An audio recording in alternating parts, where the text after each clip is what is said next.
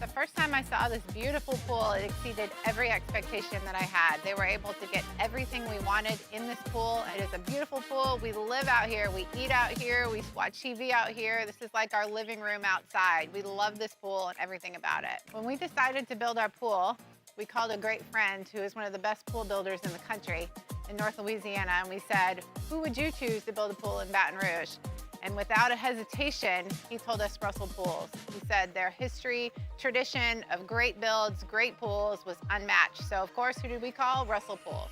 The advice I would give to anyone looking to build a pool is first call Russell Pools. They'll do an incredible job. It'll be incredibly organized. It'll be time efficient. And you will have your pool in no time.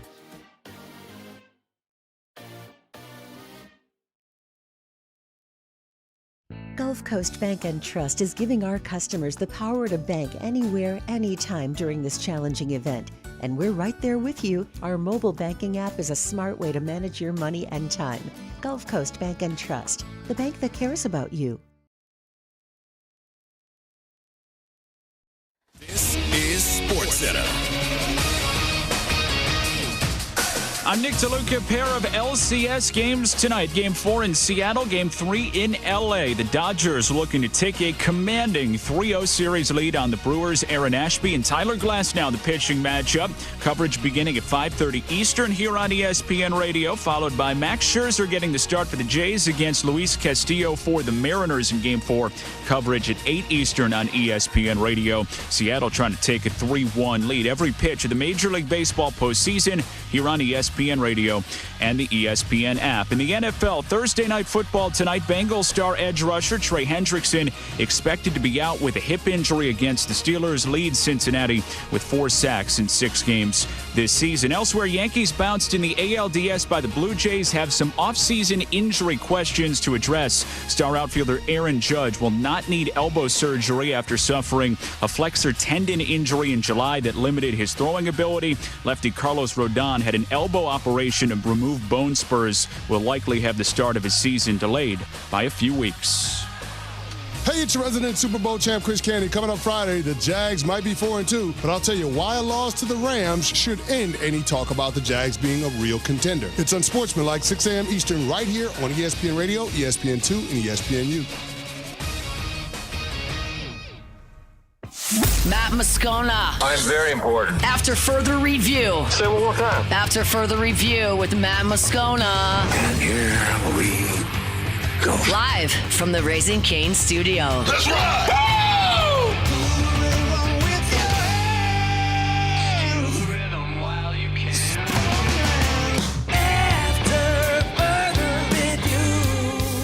Off and running after further review here on a Thursday, presented by Decision Critical Concierge Nursing. Musso in for Moscona, Jordan Kitchens, Paul O'Neill, and all of you. And we could not be happier to have you along for the ride today. Matt, wheels up for Nashville, Tennessee. He'll bring you AFR from Friends in Low Places on Broadway tomorrow. So I'm here with you for these 3 hours. And again, could not be more fired up. We got Brian Kelly audio. He updated injuries.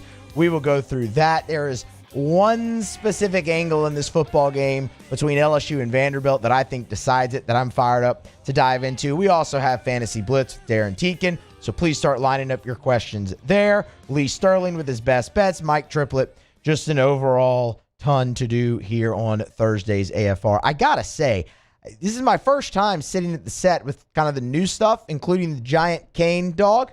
Yeah, how you feel about it, man? I am not sure how Matt does this show every day and doesn't get distracted with that sitting across from him. I love Kane. I love Raising Canes. Yes. That thing just looks a lot bigger at the desk than it does sitting where I normally do over there where you're at, Jordan. That's huge. Honestly, it's a little bit bigger, but it's one of those dolls where you feel like there's a camera inside of it. Yeah. You know, like it's just watching us every time you come in and out of it. I keep catching it out of my peripheral vision every time. And it's like it might blink every now and then. I don't know. It's giving me the heebie-jeebies. I'm also the same height as it, which is more a me problem than anything else. It's more of a hereditary issue that I deal with. Well, you know, he's a co-host. The co-host. But I mean, there we go. We'll toss it to Kane, I guess, throughout. All right, let us begin as we do every day. It's time to pop the top on another edition of AFR with Bud Light. Drink easy. Okay, so LSU, they changed up the practice schedule a little bit here on Thursday. Tigers are on fall break, so that actually aligns great with the early kickoff because what Brian Kelly decided to do, well, since y'all are off of class, we'll have practice early. We'll simulate it just like we will on game day, get you up early, pregame meal, practice 11. So after Kelly meets with the media earlier than, I don't know, what is it, normally like 4:45, 5 o'clock here on a Thursday. It was about 1 o'clock here today. And the first thing he's going to be asked is injuries. He tried to knock it out. Honestly, when he got up there, he says, okay, availability. And he ran through all of it, said, no, we got that out of the way. Let's blow through this. Y'all can get ready for lunch. Knowing, obviously, tongue-in-cheek, there would be follow-up specifically about Whit Weeks. So when the first availability report drops on Wednesday evening, Whit Weeks' name pops up as questionable, along with Jabari Butler. Those were the two guys listed as questionable. You had Paul Mubenga, Aaron Anderson as probable, and Bernard Gooden listed as doubtful. None of those statuses changed when Brian Kelly gave his update. All of that remains the same. But the follow-up was, okay, well, with Weeks and Butler, if they're questionable, what do they need to do in order to be ready to go on Saturday morning when LSU faces Vanderbilt? When we get to a Thursday, Matt, mostly we're game time decisioning, right? They're making progress. We're seeing that there's a chance that these guys could be ready on Saturday. So then like Aaron, we worked him out in pregame, and he was just okay. He wasn't explosive. And I don't want to put a guy out on the field that can't help us. We're not going to put him in that situation. So we think we've got a little bit more time. We're less than 48 hours out, but we feel like we want to wait until game time. It's an ankle injury for both. Whit Weeks, you'll remember that happened back in the Ole Miss game. Obviously, he went through a rehab process, whatnot, was able to play against South Carolina and played quite well. Jabari Butler injured his ankle in that South Carolina game. I take what Brian Kelly said in that word for word truth. We have no reason to doubt him there. Aaron Anderson was questionable. There was the report later in the week that he was going to be doubtful, but they put him through warm-ups. Okay, it wasn't right. He sat.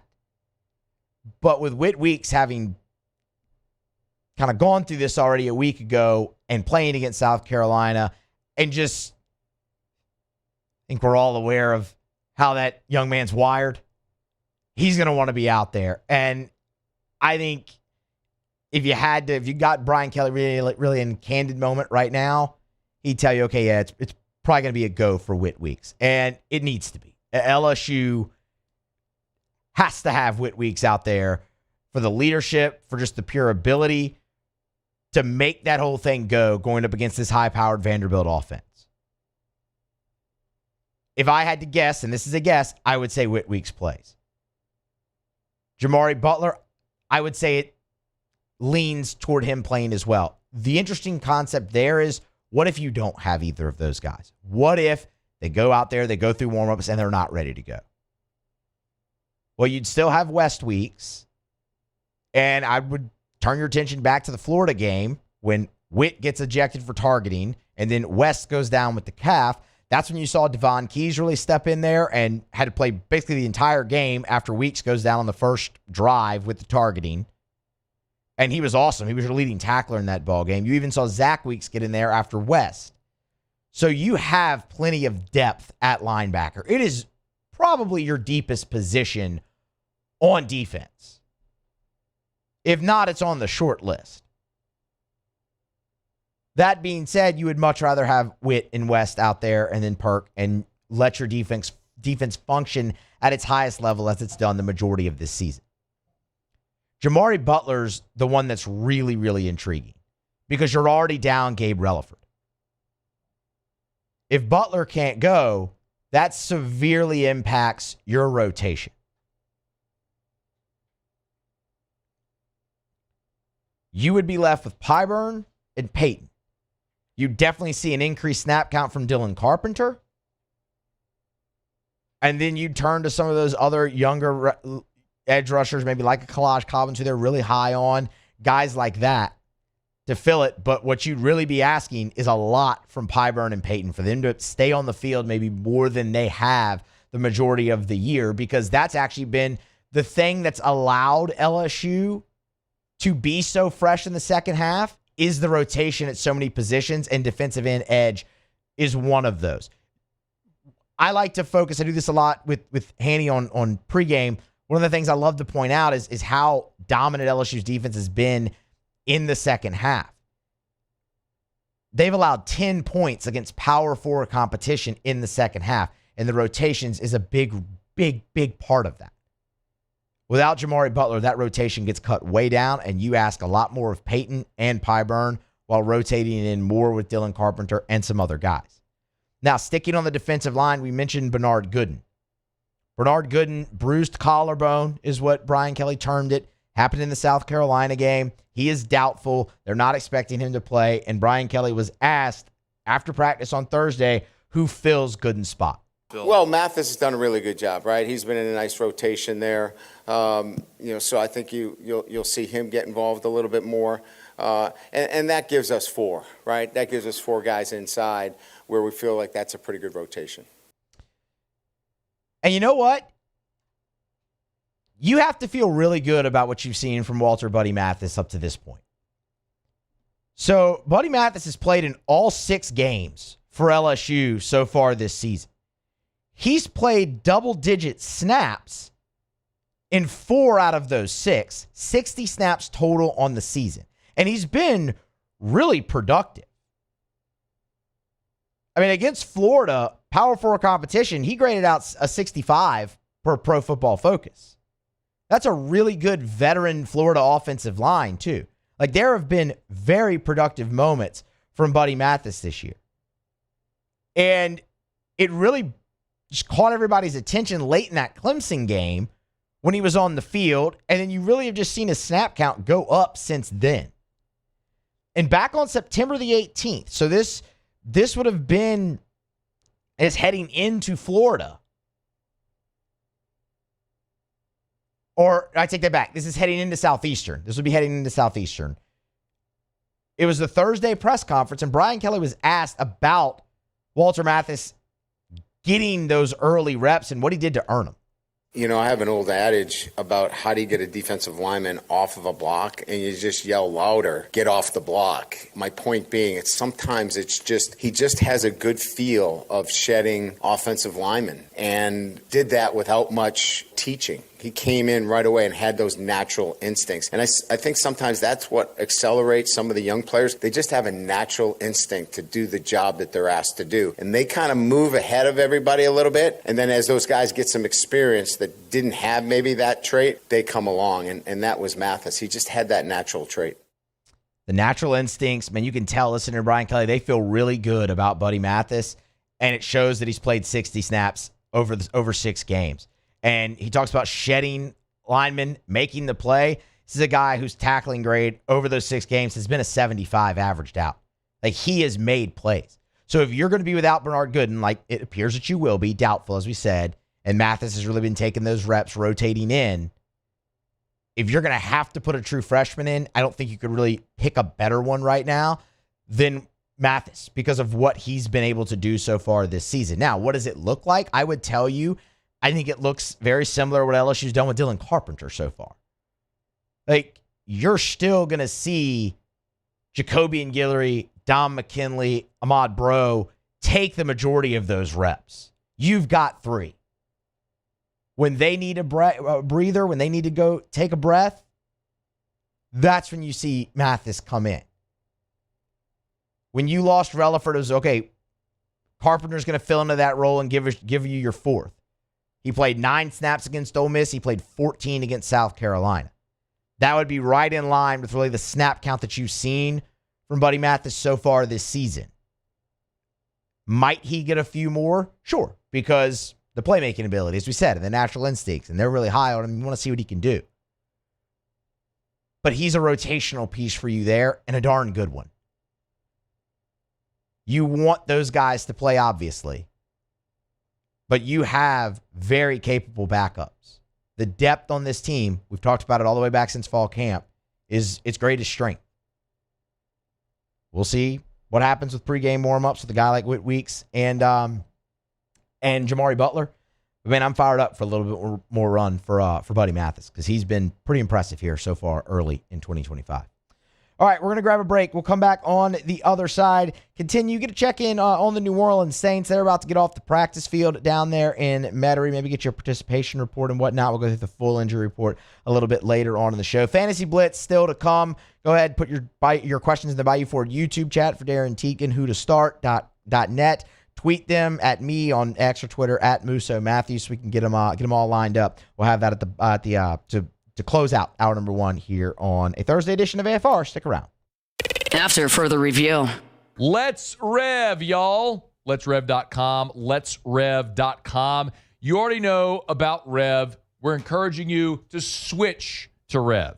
Louisiana's largest privately owned and operated internet service provider. It is known for its 5-star customer service and reliability. And now Rev is powered by an all-fiber network backed by local support teams right here in South Louisiana. Rev has a 90-year legacy of local service.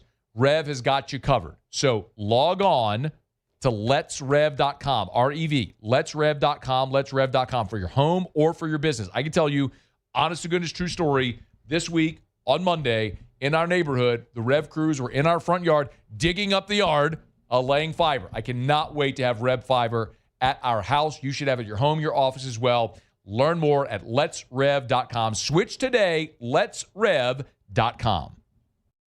We typically think of stress as being bad for us. At Our Lady of the Lake and LSU, we are researching how certain types of stress, such as exercise, can be good for our immune health. By studying people under extreme stress, such as athletes, astronauts, service members, and first responders, we're learning how to improve the immune health of everyone. That's the power of research. That's the impact of champions. Together, we roar.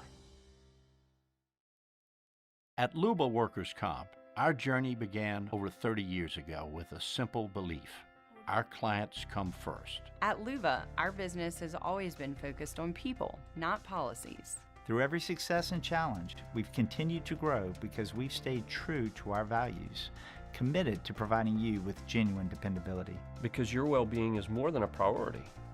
It's our purpose.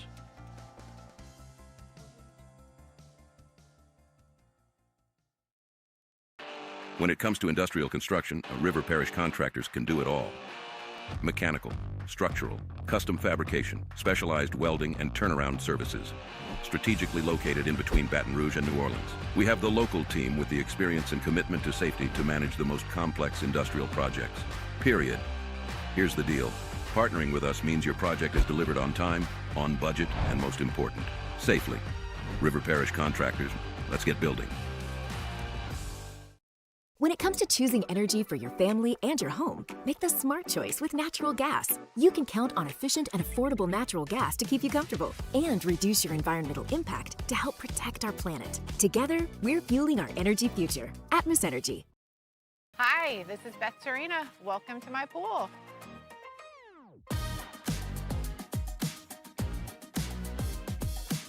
The first time I saw this beautiful pool, it exceeded every expectation that I had. They were able to get everything we wanted in this pool. It is a beautiful pool. We live out here. We eat out here. We watch TV out here. This is like our living room outside. We love this pool and everything about it. When we decided to build our pool, we called a great friend who is one of the best pool builders in the country in North Louisiana, and we said, who would you choose to build a pool in Baton Rouge? And without a hesitation, he told us Russell Pools. He said their history, tradition of great builds, great pools was unmatched. So of course, who did we call? Russell Pools. The advice I would give to anyone looking to build a pool is first call Russell Pools. They'll do an incredible job. It'll be incredibly organized. It'll be time efficient, and you will have your pool in no time.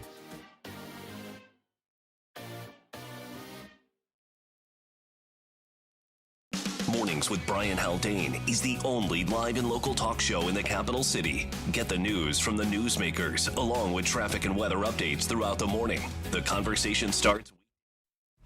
After further review with Matt Moscona, presented by Decision Critical Concierge Nursing. Healthcare for your lifestyle. Learn more at DecisionCriticalVR.com. As we get on down the road, got to remind you about Rouse's, the official supermarket of the New Orleans Saints. Rouse's.com, Rouse's.com. Go to Rouse's.com because there they have the weekly ad, so you can get all of the weekly specials at Rouse's.com. Download the Rouse's app. That's important because remember, you can get the curbside pickup option on the Rouse's app. Go to the Rouse's app, select your items. Your personal shopper will bring the items out to your car when you pull into the designated space. Spend $35. That service is totally free. Saves you time, saves you money, saves you the aggravation. It's Rouse's, the official supermarket of the New Orleans Saints. Hey, both the Tigers and the Saints are on the road this week, so maybe you're having that home game watch party Saturday or Sunday. Rouse's can help you cover that spread, the tailgate spread, all throughout the year. Need some meat for the grill, your party platters, your tailgate trays. They got you covered for everything and all your beverages, adult and otherwise. Rouse's.com. Rouse's, this feels like home. All right, the New Orleans Saints, they're off the practice field down there in Metairie. Ross Jackson over at LouisianaSports.net has the full participation report. And, man, there's some really good news. There's one player that was not observed in the open portion of practice, and that was Devon Godshaw. And if you follow what's been happening with Godshaw really throughout the entire season, Thursday's pretty much been a veteran rest day for Godshaw. What that means is Alvin Kamara was back at practice. And look, that's massive. You'll remember last week in the lead up to the Patriots game, Kamara hurt his ankle in a practice, is what Kellen Moore said. He was limited throughout the week, ended up playing. When the Saints took the practice field on Wednesday, Kamara was not out there, a DNP. And after practice, Kellen Moore, this is number 6, Jordan. Kellen Moore was asked, okay, well, with Alvin not out there, he played. Was there a setback? Did the injury get a little bit more severe? That suggests you're suggesting it's a similar severity as last week. It didn't get worse. No. He said no, pretty emphatically, just back-to-back. That was it. No. And there's the proof out there on Thursday. Alvin Kamara back at practice. So, look, I mean, that's huge. The Saints offense, while they've been able to put up some yards while they've moved the football, they haven't finished in the red zone very well. They haven't, and they've settled for field goals, right? A lot is what I was getting at there. Alvin Kamara is a huge part of that offense. Now, I understand they've done all that with Alvin Kamara out on the field, and Kendre Miller's been, I think, everything you really could expect and more so far this season, really in his first full opportunity at action. And cool, man, don't you just... I hope Kendre Miller goes and runs for 100 yards this weekend against Dennis Allen's defense, but that we can get into that a bit later. That's not here nor there here. You want Alvin Kamara out there. He is your best offensive weapon. Point blank, period, end of sentence, new thought.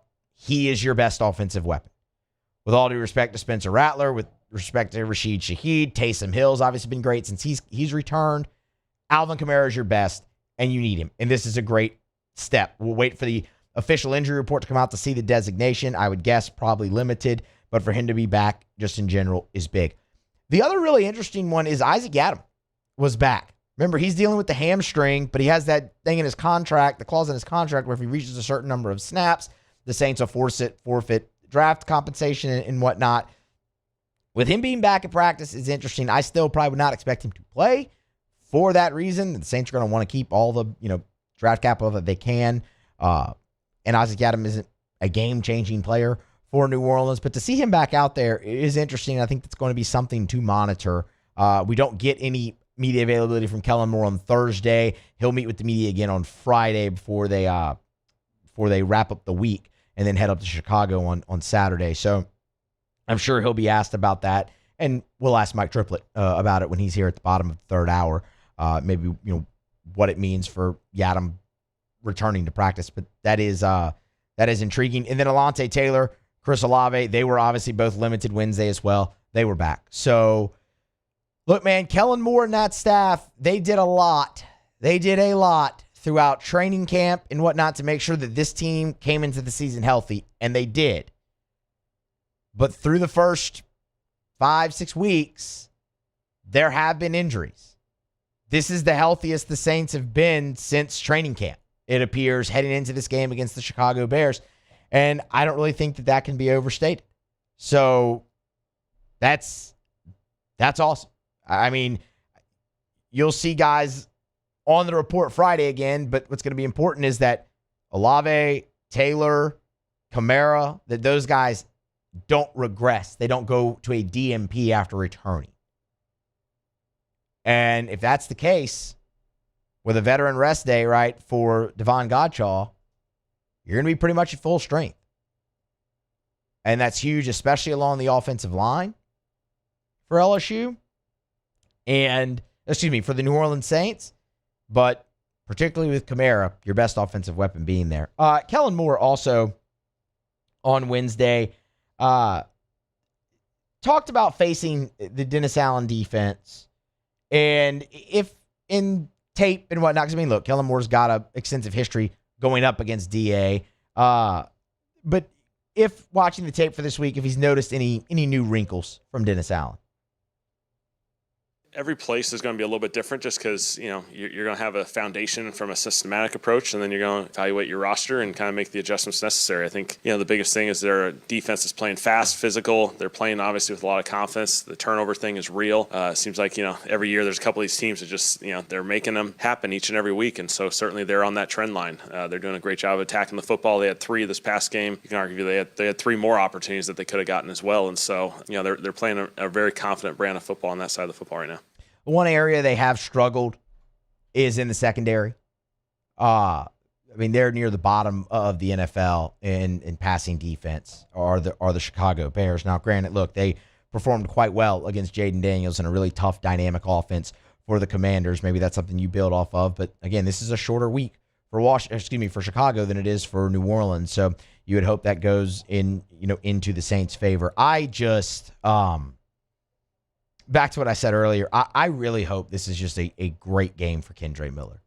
Because I think we can all look at this now. And look, he had his problems with injury and whatnot. Like, that is documented, that we're not sweeping that under the rug. But there was a disconnect between Kendre Miller and Dennis Allen. I think that is very apparent at this point, that he was definitely in some sort of doghouse with DA. I mean, Kellen Moore, when he got to New Orleans, talked about clean slate for everybody. The reason he talked about that, the question was asked of Kendre Miller. And Kendre Miller has stayed healthy this season. He has worked really hard, and he has produced for the New Orleans Saints, specifically down the stretch in ball games, running hard as a great change of pace. And you know what? As much as Dennis Allen is going to want to go out there and have a great defensive game and shut down a New Orleans Saints offense, like, there's got to be some revenge on the mind for DA up there, no doubt. You cannot convince me or tell me otherwise that Kendre Miller is not feeling those same things. He may never admit it, but this one means a little bit more for Kendre Miller. I will not be convinced otherwise. Like, this is one he's had circled, right? That he can go out there and prove himself. And I hope he does. I hope he runs for like 100 yards. Maybe catches a few passes out the backfield. I kind of want Kendre Miller, and this might be, a ridiculous thing to say, but it also shows you where the Saints season is, and I think what we all thought it would be. I kind of want Kendre Miller to go out there and have that day more than I want the Saints to win. Is that weird, Jordan? You're a Saints guy. I wouldn't say it's weird because you understand they're 1-5. What happened. Well, they're 1-5. But also you understand what DA put him through. Yeah. This man was healthy and they put him on IR. Yeah. And it made the narrative around his name that, he can't stay healthy. Just to find out, he's kind of a spring chicken because he has no wear and tear on his body, and we're reaping the benefits of it this year. So no, yes, you're not crazy for wanting Kendre Miller to break out, but really, I'm really more to see Spencer Rattler versus Caleb Williams. I know he's got I know he's fired up for this one. I know he's fired up. I'm sure he is. Same draft class, and not only that, he took your job. He took your job. I was about to say, that's the guy. He ran you out of town. He did. He did run you out of town. Yeah. Although, look, Rattler had some success at South Carolina.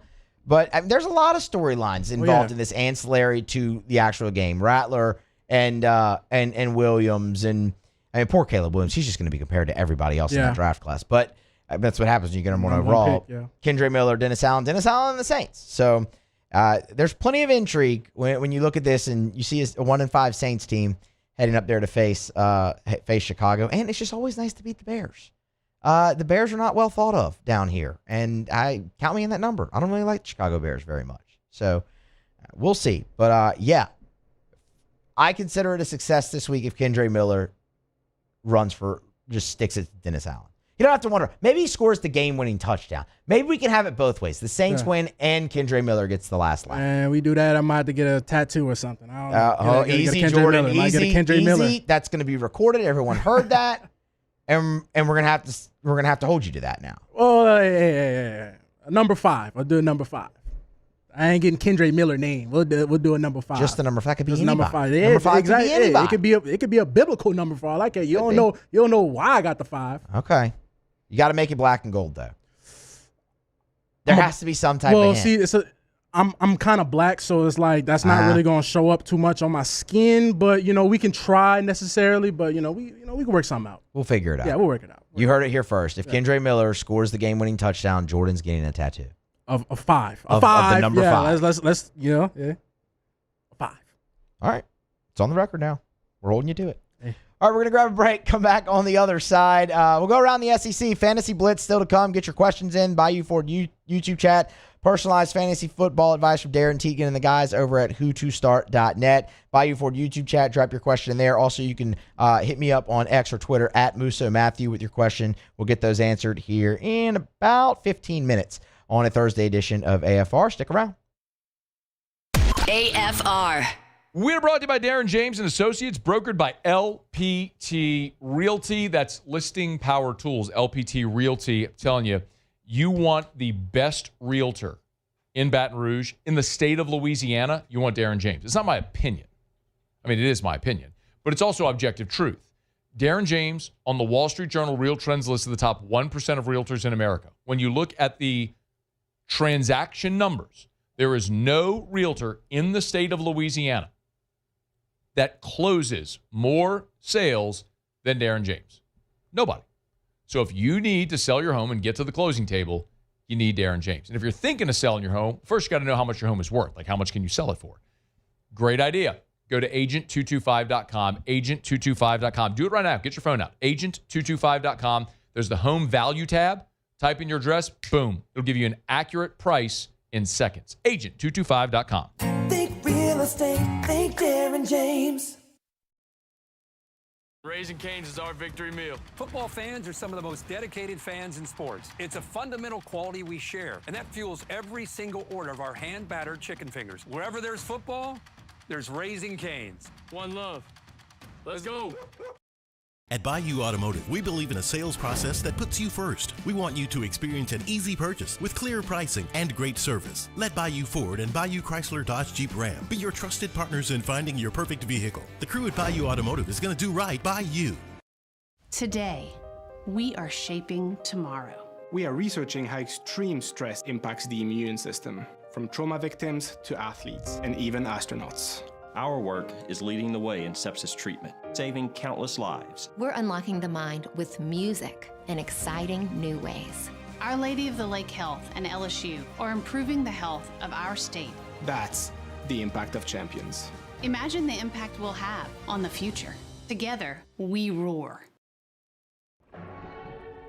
These are the luckiest ice cubes in the world. They could have been a thankless bed for an all-you-can-eat salad bar. But instead, they've been called upon to cradle and cool a crisp, refreshing Dos Equis. Looks like the lucky just got luckier. Dos Equis. At Ochsner, we know healing is a team sport. That's why we've partnered with world-renowned orthopedic surgeon Dr. James Andrews to create the Ochsner Andrews Orthopedics and Sports Medicine Institute. Whether you're a professional athlete or a weekend warrior, our team of specialists are dedicated to getting you back in the game. So whatever your reasons are for reaching your personal best, we've only got one. You. Ochsner Andrews Institute. Long live you. Need security services you can count on? With Veteran Security Services, you're always protected. Locally owned and proudly serving the Gulf Coast, they're not some big national firm chasing profits. They're neighbors protecting neighbors. From petrochemical plants and healthcare facilities to port and maritime operations, Veteran Security delivers reliable protection you can trust. Choose community. Choose confidence. Choose Veteran Security Services. Visit veteransecurityfirm.com. After a decade of working in private duty nursing, I know how hard it can be to find compassionate care for the ones that you love the most. So I started Decision Critical, a premier concierge nursing agency, so we can take care of you wherever you are. Our highly skilled nurses provide exceptional care from the comfort of your own home with personalized packages for short-term, long-term, or After Further Review with Matt Moscona, presented by Decision Critical Concierge Nursing. Healthcare for your lifestyle. Learn more at decisioncriticalvr.com.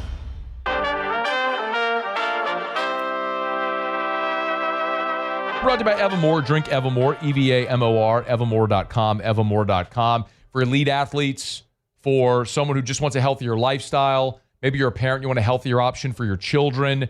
Evamore is a great option. I would highly encourage you, bottom line, if you're drinking tap water, don't. Bare minimum, filter your tap water. But the best option is Evamore. This is natural artesian water. It's underground aquifers on the north shore of Lake Pontchartrain, right there in Covington. They dug a well into that aquifer, and I mean, it's literally thousands of years in the making. That's why they call it Mother Nature's masterpiece. That's what they're pulling out of the ground. The only filtration is take like the sediment from the ground out of the water, and it goes right into the bottle. So it never touches air until you uncap it, take that first delicious sip. Learn more where you can buy it, great retailers or online, EVAMOR, Evamore.com. Rolling along here after Further Review on a Thursday, presented by Decision Critical Concierge Nursing. Musso in for Moscona. Scone is wheels up right now. He's in the air, flying up to Nashville, bring you AFR from Friends in Low Places, the Garth Brooks bar on Broadway Friday. And, man, look, we got a great show lined up tomorrow already. So, Sean Salisbury, who wasn't able to be with us on Tuesday, he's going to join Matt tomorrow. We'll get a preview of Vanderbilt from Chris Lee tomorrow on the show. If you're in Nashville for the game, you're going to be on Broadway. We all know you are. Swing into Friends in Low Places. Check out AFR. See Matt there live for an edition of AFR. We're going to go around the SEC here momentarily, but a quick recruiting update for you. Javon Vital Jr., 2027 wide receiver out of the state of Louisiana, was set to announce his commitment today, Thursday, October the 16th. We previewed it with Shea Dixon on Tuesday. There's been a change of plans. Javon Vital tweeted out late last night that he is now pushing the decision back until after the football season ends for Hamilton Christian. And this is a guy, he's 13. He's a 3-star. He's the 13th overall player in the state of Louisiana for 2027. It's a guy who Shea told us here again on Tuesday that he had his prediction in for LSU to land Vital. That has now been pushed back to the end of the season. What that means for LSU, for their chances of landing him, not sure. This could just be a thing where, man, look, Hamilton Christian's undefeated for the first time in a very, very long time, and he just wants to focus on that season, not take away from that moment, and announce his decision later. Again, this is a 2027, this is a class of 2027 guy, but just to pass that along, because we did preview that earlier in the week with Shea. It was set for today, but he has made the decision to push that back till the end of their season. So we'll continue to follow it, and we'll bring you the update and obviously the news when Javon Vital does indeed make his decision. Again, 3-star, 13th ranked player in the state of Louisiana, wide receiver out of Hamilton Christian. Shea said on Tuesday he would be the first player ever to commit to LSU out of Hamilton Christian, which that'd be pretty cool. That'd be a pretty awesome honor for him. So we'll keep you posted on that. They have, I don't really know how many weeks are left in the high school season. Can't be many. So playoff run and all that, hopefully to come for them, and Vital will make his announcement public after that concludes. All right, it's After Further Review here on a Thursday, presented by Decision Critical Concierge Nursing. Let's go ahead and go around the SEC. Around the SEC, bringing you the biggest news from the nation's best conference. The Georgia Bulldogs. Dogs 24/7 reporting that Georgia safety Kyron Jones suffered a foot injury that will keep him out indefinitely. Per a source to Dogs 24/7, Jones will consult with some of the nation's leading specialists to determine the best treatment option. He was one of 5 Bulldogs listed out on the Wednesday availability report. He started all 6 of Georgia's games so far this season, but seniors Ja'Cory Thomas and Adrian Maddox are among the options to replace him. Kyron Jones out indefinitely with a foot. The Oklahoma Sooners. Good news for the Oklahoma Sooners and Brent Venables. Starting right tackle Derek Simmons will be available for this weekend's game against South Carolina. He left the Texas game a week ago with an injury. He was rolled up on at the end of a run, I should say, in the first quarter. Did not return after that. Brent Venables just a day ago deemed Simmons day-to-day following that injury. Now he's good to go. So really, really good news. Derek Simmons will be available for Oklahoma against South Carolina. The Florida Gators. Florida, they landed a defensive back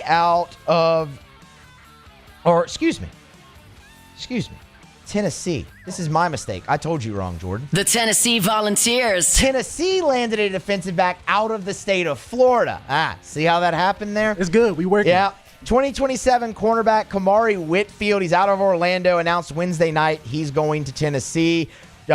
Visited the Vols for their victory over Arkansas on Saturday. Picked Tennessee over Florida State, Arkansas, Florida, and Nebraska. 5'11", 185 pounds. He's the number 35 cornerback in the 2027 class. He's headed to Knoxville. The Kentucky Wildcats. Oh, boy. Kentucky basketball. There was a report in the Lexington Herald-Leader on Thursday about their NIL budget.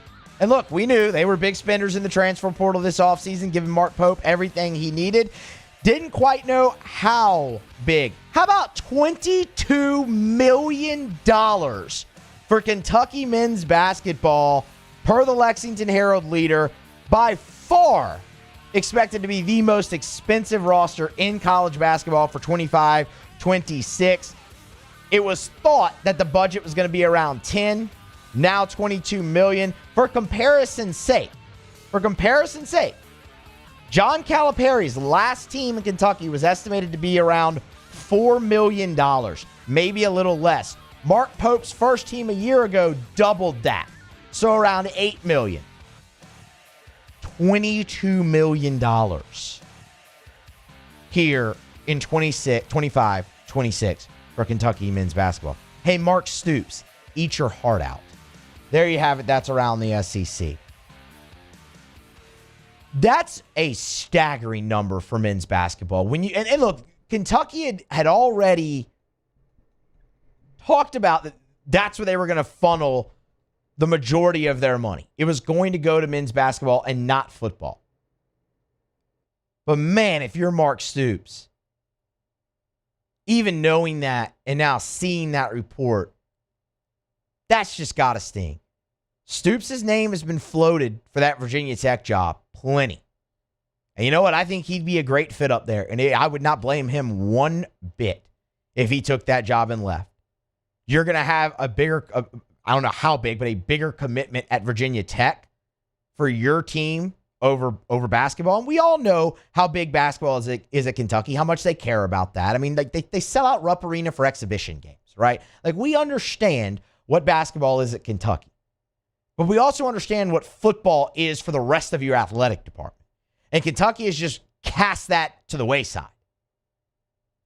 So if you're Mark Stoops, your name's being floated for that Virginia Tech job, hell yeah, you consider it, because you're going to get a bigger budget over there for your program that's deserved, higher investment. You have an easier path to the college football playoff, obviously, at Virginia Tech than you ever would at Kentucky in the SEC.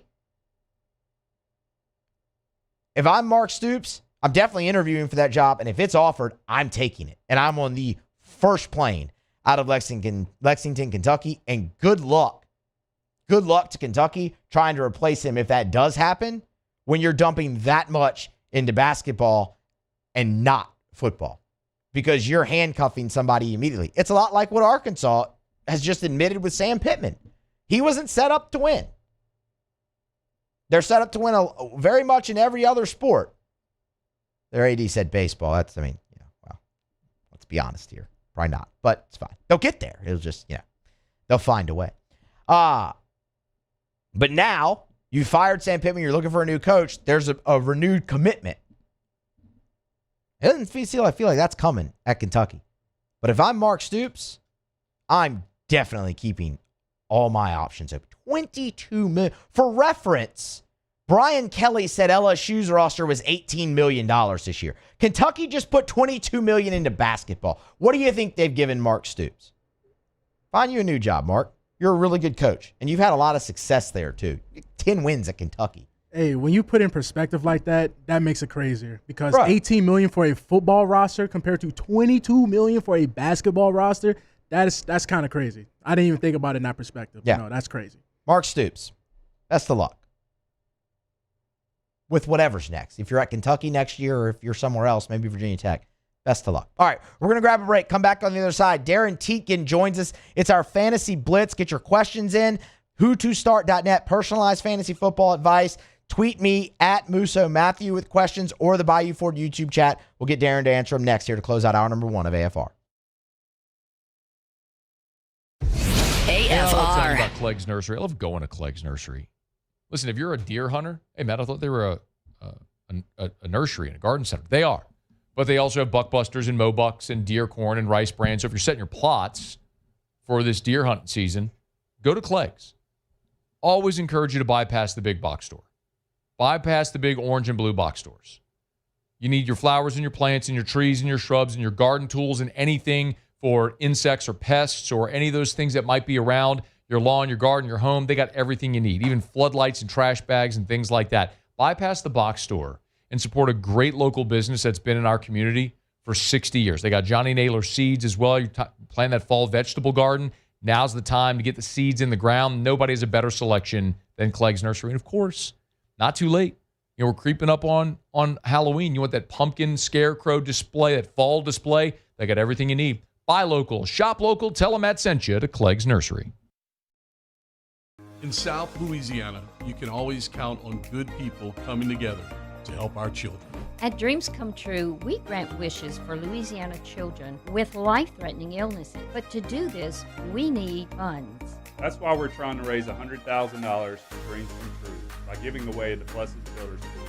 Make your backyard's dream come true while helping our kids. Just go to dreampoolla.com and you can find out how your $25 donation might help win you a Duplessis pool. Parish Construction and Roofing. This is Coach Kim Mulkey. Go to parishbuilt.com for all of your roofing needs. From your hometown, parishbuilt.com. My father, J.B. Falgu, had a vision of growth for First American Bank and the communities we serve. The bank's foundation was built on his legacy of compassion, loyalty, and dedication. Through his years of leadership, First American has prospered to heights even J.B. could not have imagined.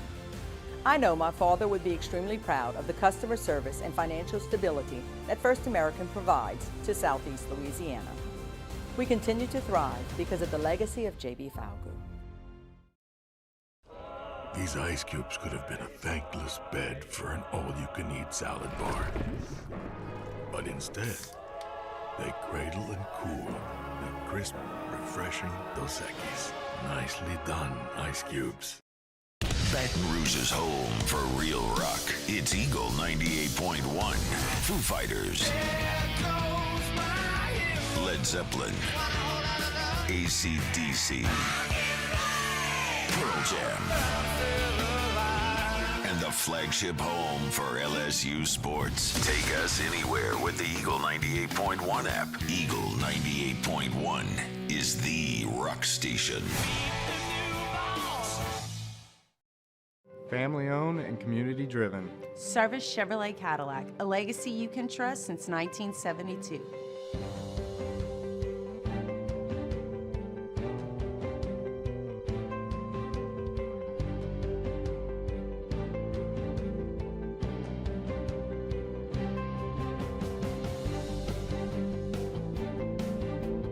Service Chevrolet Cadillac. Our family serving your family. For over 50 years. At Luba Workers' Comp, our journey began over 30 years ago with a simple belief. Our clients come first. At Luba, our business has always been focused on people, not policies. Through every success and challenge, we've continued to grow because we've stayed true to our values, committed to providing you with genuine dependability. Because your well-being is more than a priority. After Further Review with Matt Moscona, presented by Decision Critical Concierge Nursing. Healthcare for your lifestyle. Learn more at decisioncriticalvr.com.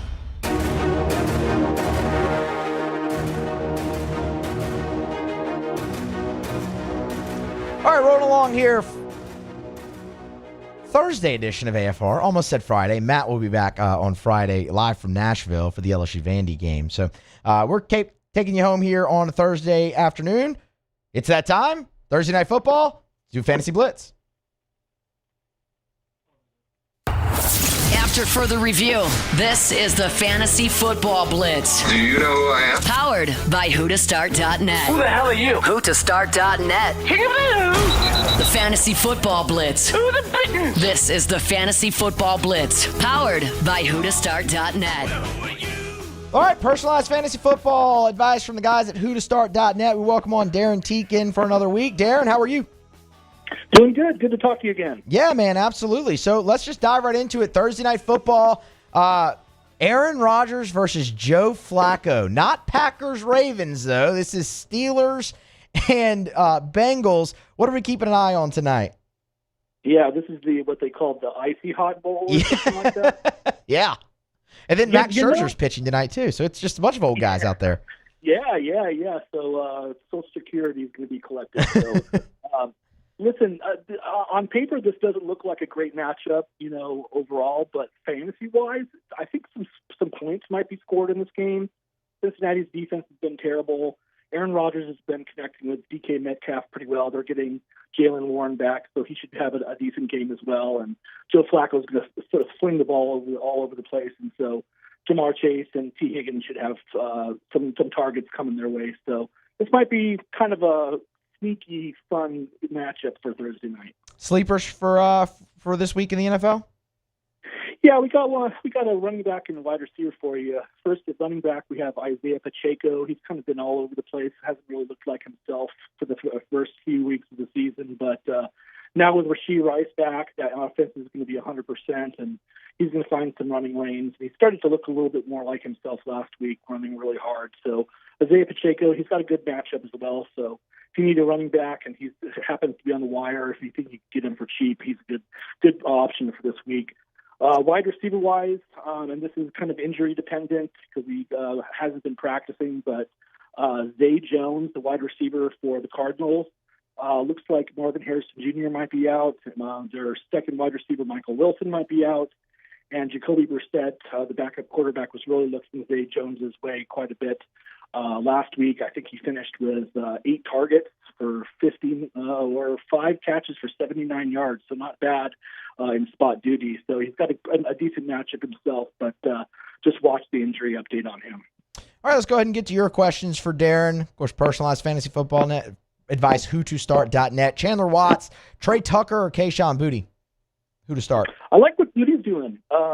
Trey Tucker's kind of up and down. He was hot to start the season.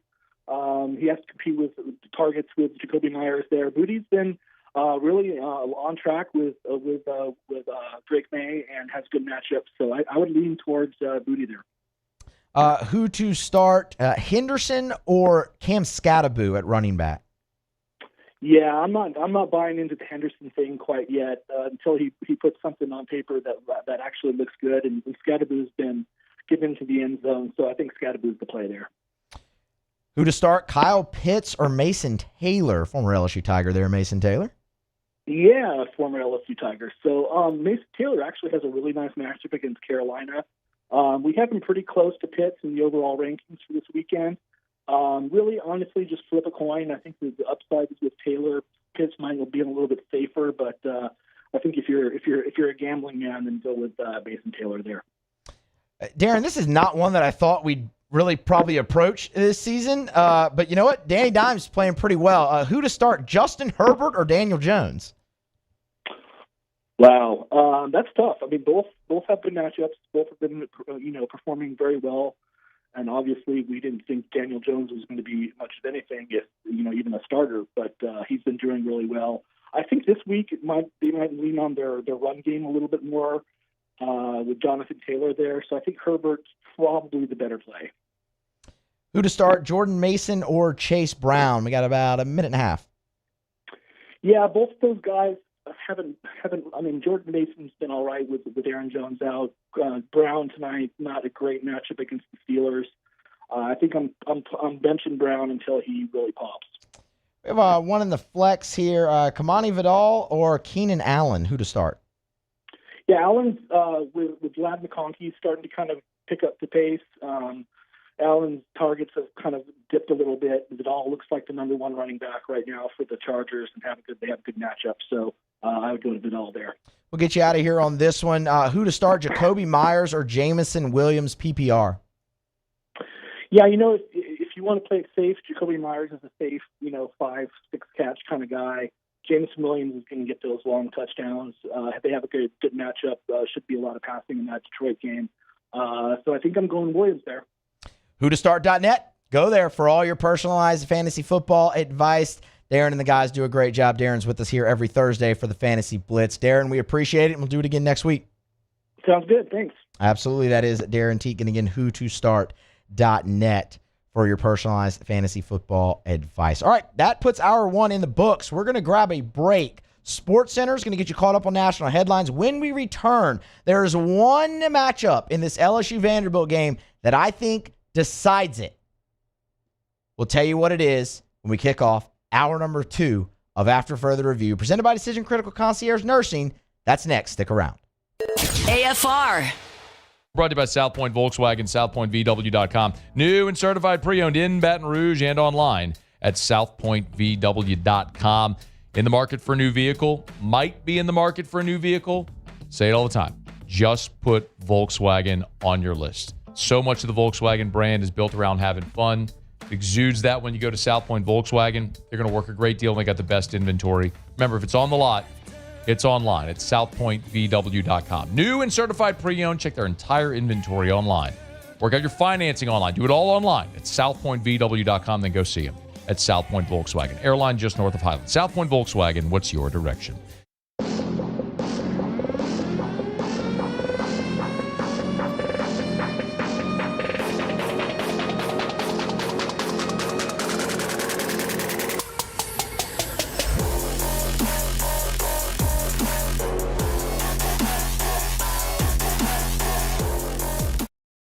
Trust isn't given, it's earned by showing up, leading the way, and performing at your best when it matters most. Our Lady of the Lake sports medicine experts know what it takes to improve performance and build champions at every level. That's why LSU chose Our Lady of the Lake as its championship health partner, trusting Louisiana's best medical team to care for our state's best athletes. From championship athletes to everyday champions, trusted care starts here. I trust the lake. When it comes to choosing energy for your family and your home, make the smart choice with natural gas. You can count on efficient and affordable natural gas to keep you comfortable and reduce your environmental impact to help protect our planet. Together, we're fueling our energy future. Atmos Energy. When you can't rely on technology, you can rely on Mountain Cold Refreshment. Dave's back on. Coors Light. Choose chill. Raising Cane's is our victory meal. Football fans are some of the most dedicated fans in sports. It's a fundamental quality we share, and that fuels every single order of our hand-battered chicken fingers. Wherever there's football, there's Raising Cane's. One love. Let's go. Supreme Jasmine is premium American-grown rice. From local farms to your table, every grain is supreme. Pick up a bag of Jasmine or any other of our Supreme American rice.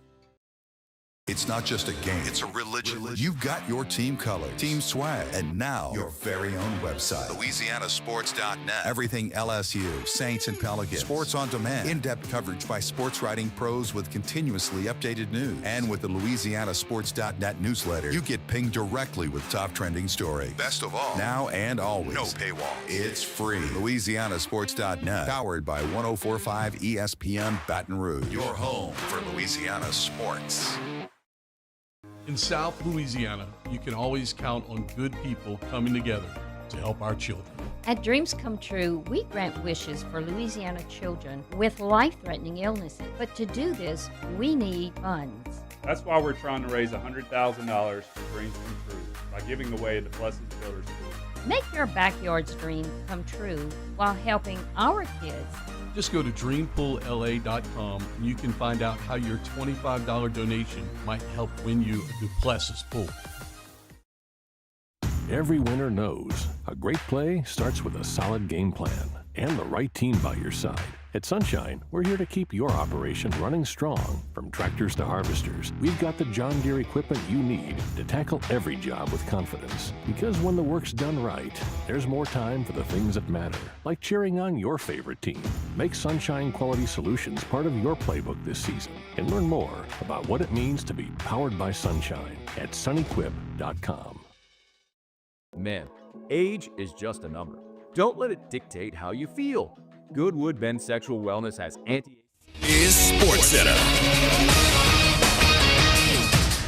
I'm Nick DeLuca. The LCS continues tonight. Game 3 in Los Angeles, Game 4 in Seattle. The Blue Jays with a chance to even it up against the Mariners. They're trying to go up 3-1. Max Scherzer getting the start for the Jays for the first time this postseason against Luis Castillo, who was heroic getting the win in that huge Game 5 victory against Detroit in the DS coverage at 8 Eastern on ESPN Radio. The Dodgers looking to go up 3-0 on the Brewers. Can Milwaukee get on the board tonight on the road? Aaron Ashby and Tyler Glasnow, the pitching matchup for that one. Coverage beginning at 5:30 Eastern here on ESPN Radio and the ESPN app. In college football, Penn State has a head coach opening. Some speculation on potential candidates across the country. Indiana's Kurt Cignetti cashing in on that speculation, signing a new deal with the Hoosiers, 8-year deal through 2033 with a raise up to $11.6 million per season. That would rank him third among coaches in the country this year. Hey, it's your resident Super Bowl champ, Chris Candy. Coming up Friday, the Jags might be 4-2, but I'll tell you why a loss to the Rams should end any talk about the Jags being a real contender. It's Unsportsmanlike, 6 a.m. Eastern, right here on ESPN Radio, ESPN2, and ESPNU. From Studio 2 at the worldwide headquarters of ESPN. After further review. Say one more time. After further review with Matt Moscona. And here we go. Live from the Raising Cane studio. Let's ride!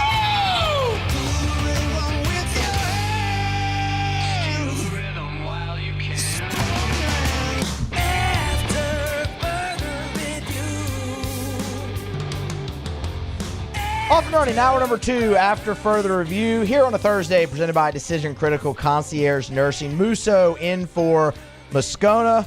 Moscona's traveling to Nashville, where he'll be doing the show live on Friday from Friends in Low Places, Garth Brooks' bar on Broadway. If you're in Nashville for the LSU-Vandy game, get over there, check out Scone for AFR.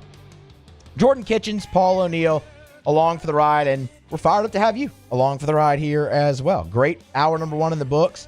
And, man, I'm really fired up for the rest of the show. We got Best Bets with Lee Sterling coming up to close out this hour. Mike Triplet at the bottom of the third hour to talk all things New Orleans Saints. We'll get into injuries. We'll get into the receiving corps. I really want to ask him about Devon Vele and Chris Olave as well there. And, I mean, maybe a thought or two about the Chicago Bears and Dennis Allen and whatnot. So we still have a bunch to get to. We have to tell you what we're watching this football weekend. So fired up to do all of it and glad to have you here along for the ride.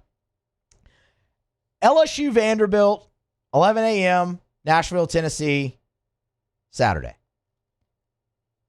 It says LSU-Vanderbilt on the marquee, but boy, this could not be any different than what we've come to expect when it says LSU-Vanderbilt on the marquee. This is a Vanderbilt team that is 5-1. This is a Vanderbilt team that is ranked in the top 20. This is a Vanderbilt team that is a 2.5-point home favorite over the LSU Tigers, and that line has not budged one bit.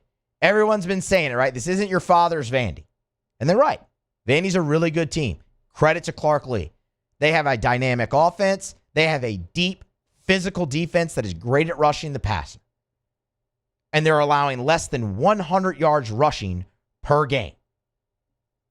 When you look at a team like LSU, man, that's going to be tough to run the football against given their struggles. All of that on paper, and it goes, man, yeah, Vandy. Makes a lot of sense, right?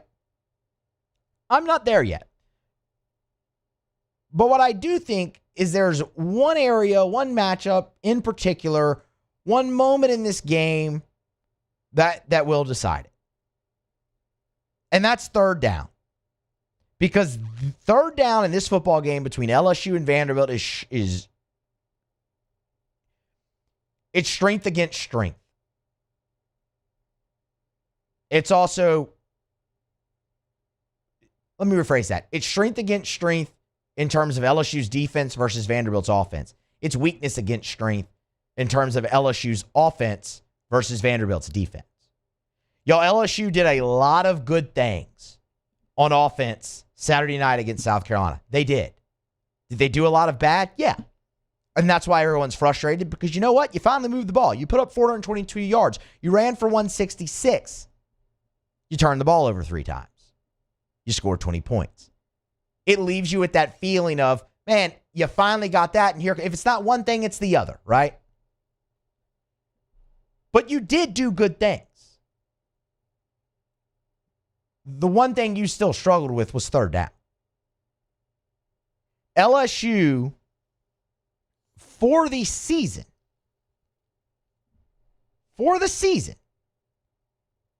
converting 41% on third downs. For a ranking for you there in terms of that has LSU 59th in the country. 41.56% of the time, LSU's offense is converting on third down. Against Power 4 competition, that number drops to 29.7%. LSU,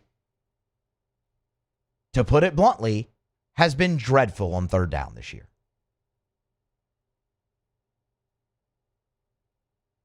A lot of that has to do with down and distance. You struggled early on first and second down and left yourself in some very predictable situations on third down. Entering the South Carolina game, LSU's average distance on third down was in between 7 and 8 yards to go. Obvious passing down. You talked a lot about 3-man fronts, dropping 8. Well, when you're in 3rd and 7, 3rd and 8, virtually every time you're out there on the field, that's going to happen. To LSU's credit, against South Carolina, it was much better. 5.1 yards. That was LSU's average distance on third down to go against South Carolina, but you were still 4 out of 11.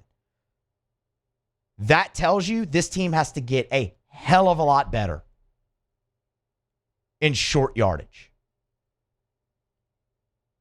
Y'all, LSU on third down and 3 and less. So let's call that short yardage. 3rd and 3 and less against South Carolina was 2 out of 5. You were 40%. You're below 50% on 3rd and 3 or less to go. One of those is at the end of the game at the goal line when you get stuffed and you have to settle for a field goal when you're trying to ice the game and put it away with a touchdown.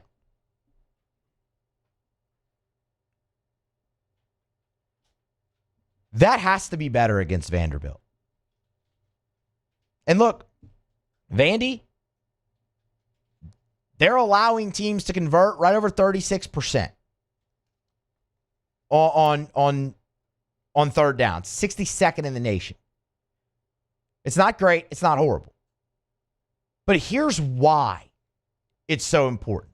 And we said strength on strength with LSU's defense versus Vanderbilt's offense weakness on strength with LSU's offense versus Vanderbilt's defense. And that's where you really need to focus in on this. What does Vanderbilt want to do? Vanderbilt wants to control the game. They want to control the clock. It's how they beat Alabama a year ago, and it's a large reason why they lost to Alabama in 2025, is because Bama controlled the tempo of that game, got Vandy off the field on third down, and out time of possession them by about 20 minutes or close to it. Game control offense. Clark Lee has said it all week. That's what Vanderbilt is, and that's what they're after. Don't be fooled. They're dynamic. They can hit the big play. They've got plenty of them.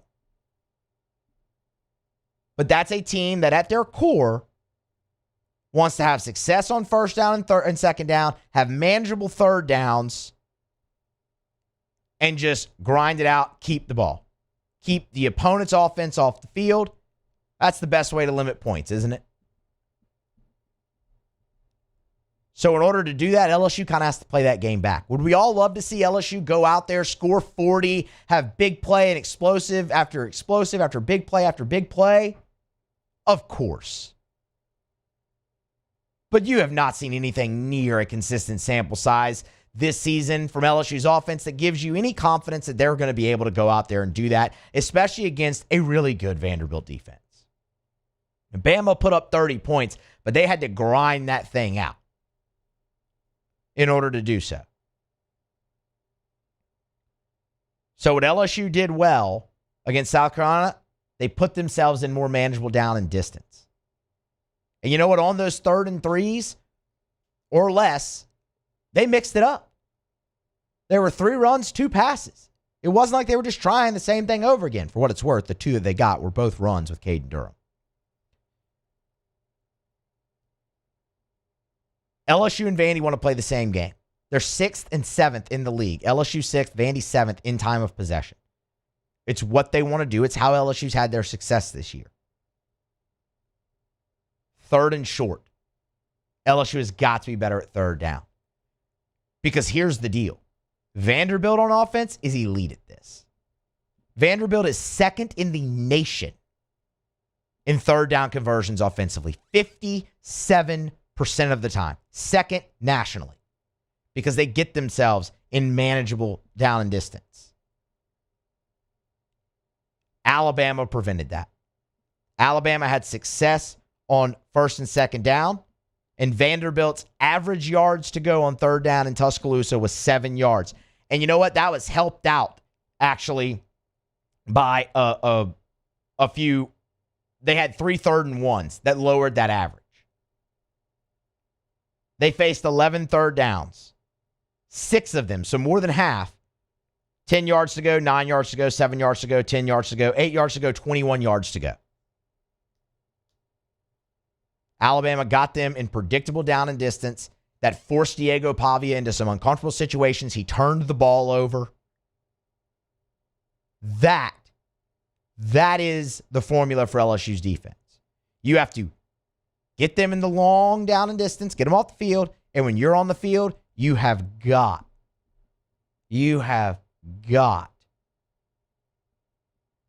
to convert on third down, specifically 3rd and short. And it's not going to be easy because you're going to have to establish a running game and be committed to that. And you're facing a much better rush defense than you did a week ago against South Carolina. But where you can have success is through the air against Vanderbilt. Their secondary lacks a little bit, and you have almost too many weapons on the outside if you're LSU. In fact, you might have too many weapons on the outside if you're LSU. And that is a path for the Tigers on third down in this game.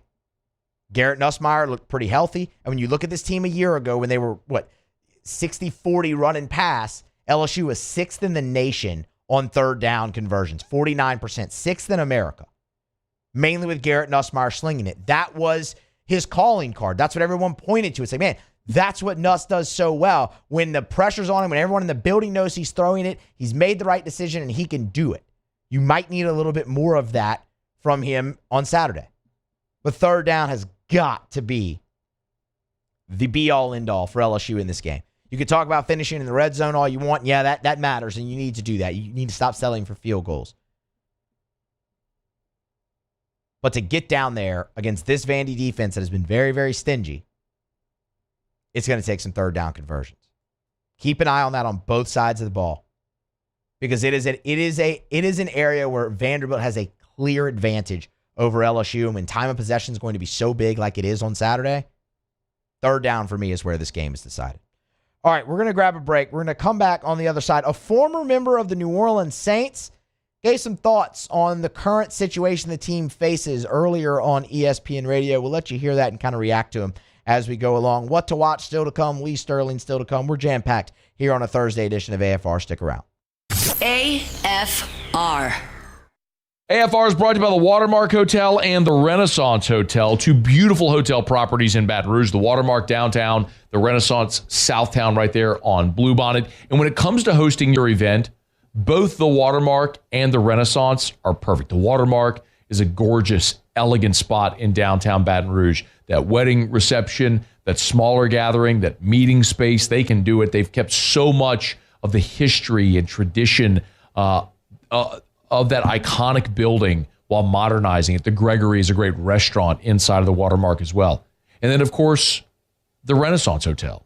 Southtown, right there on Bluebonnet in Baton Rouge. It's more modern. It's a gorgeous, gorgeous hotel property at the Renaissance Hotel where they have meeting space that can accommodate up to 500 people, 7,000 square foot of meeting space, perfectly located right off of Bluebonnet and I-10.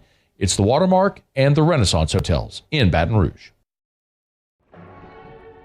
These are the luckiest ice cubes in the world. They could have been a thankless bed for an all-you-can-eat salad bar. But instead, they've been called upon to cradle and cool a crisp, refreshing Dos Equis. Looks like the lucky just got luckier. Dos Equis. Parish Construction and Roofing. This is Coach Kim Mulkey. Go to parishbuilt.com for all of your roofing needs. From your hometown, parishbuilt.com. Need security services you can count on? With Veteran Security Services, you're always protected. Locally owned and proudly serving the Gulf Coast, they're not some big national firm chasing profits. They're neighbors protecting neighbors. From petrochemical plants and healthcare facilities to port and maritime operations, Veteran Security delivers reliable protection you can trust. Choose community. Choose confidence. Choose Veteran Security Services. Visit veteransecurityfirm.com. We typically think of stress as being bad for us. At Our Lady of the Lake and LSU, we are researching how certain types of stress, such as exercise, can be good for our immune health. By studying people under extreme stress, such as athletes, astronauts, service members, and first responders, we're learning how to improve the immune health of everyone. That's the power of research. That's the impact of champions. Together, we roar. Hi, this is Beth Tarina. Welcome to my pool.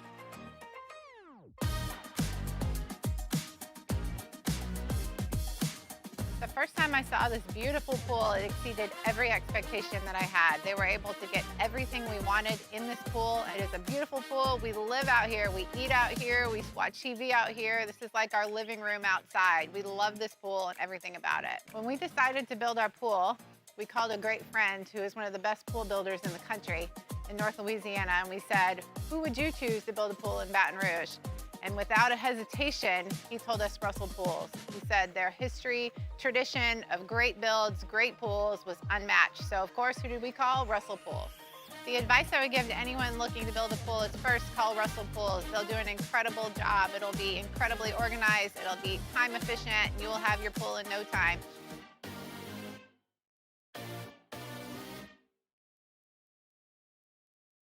Flight by Yingling is raising the bar by crafting the next generation of light beer.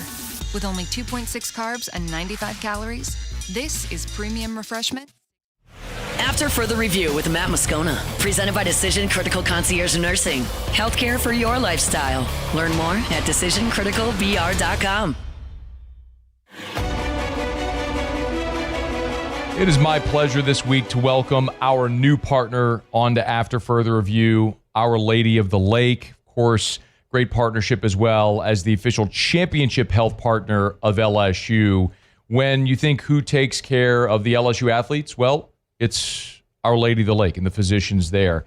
Game-changing care, keeps athletes at their best, builds stronger, healthier Louisiana for all of us at every level. I've told you about my experience throughout my life, living in Baton Rouge at Our Lady of the Lake, from volunteering at the Ronald McDonald Playroom to helping raise funds through so many different fundraising efforts for the standalone Children's Hospital to taking my son to see specialists there at Our Lady of the Lake Children's Hospital, to my own personal health. My GP is Dr. Kurt Chastain with Our Lady of the Lake Men's Health. It's good enough for the LSU athletes. It's good enough for me and you, of course. It's Our Lady of the Lake. You can learn more at ololrmc.com/LSU. All right, the New Orleans Saints, they'll head up to Chi-Town, face the Bears on Sunday, noon central kickoff there up Soldier Field. We kind of talked about it earlier. There's a lot of storylines, kind of ancillary to the game, in a sense. Dennis Allen versus the Saints and things of that nature. Obviously, Caleb Williams and Spencer Rattler with their history at Oklahoma. There's plenty to look at. But I think what everyone wants to see in general, is the Saints start again, maybe to take some steps forward. That's something Teron Armstead talked about this morning. He was on Unsportsmanlike on ESPN National Radio, and he talked about a variety of different things around the NFL, but of course spending as much time as he did with the New Orleans Saints, having the success in his career that he did as the left tackle for the New Orleans Saints, that was obviously going to come up. And Armstead is, honestly, if you follow him on social media, he's been commenting on the Saints plenty so far this season. Maybe we'll see if we can get him on the show actually for that. But they asked him about the New Orleans Saints, and Armstead was really optimistic and about one player in particular. Give a listen. The Saints are in a position of optimism. They feel good about what they have and what they're building, even though you want to win. It's never okay to take a year off from winning. That's the goal. But the way those guys compete on a weekly basis, no matter who the opponent is, I am super impressed with Spencer Rattler. I think that he is really making his case to be the guy. I want to be the franchise quarterback. He's not a placeholder for Tyler Shugg to eventually come into his own or whatever. Spencer Rattler, he is playing the game like he's here to stay. The optimism is there. The cap situation is a lot different in New Orleans. They feel really good about their situation moving forward.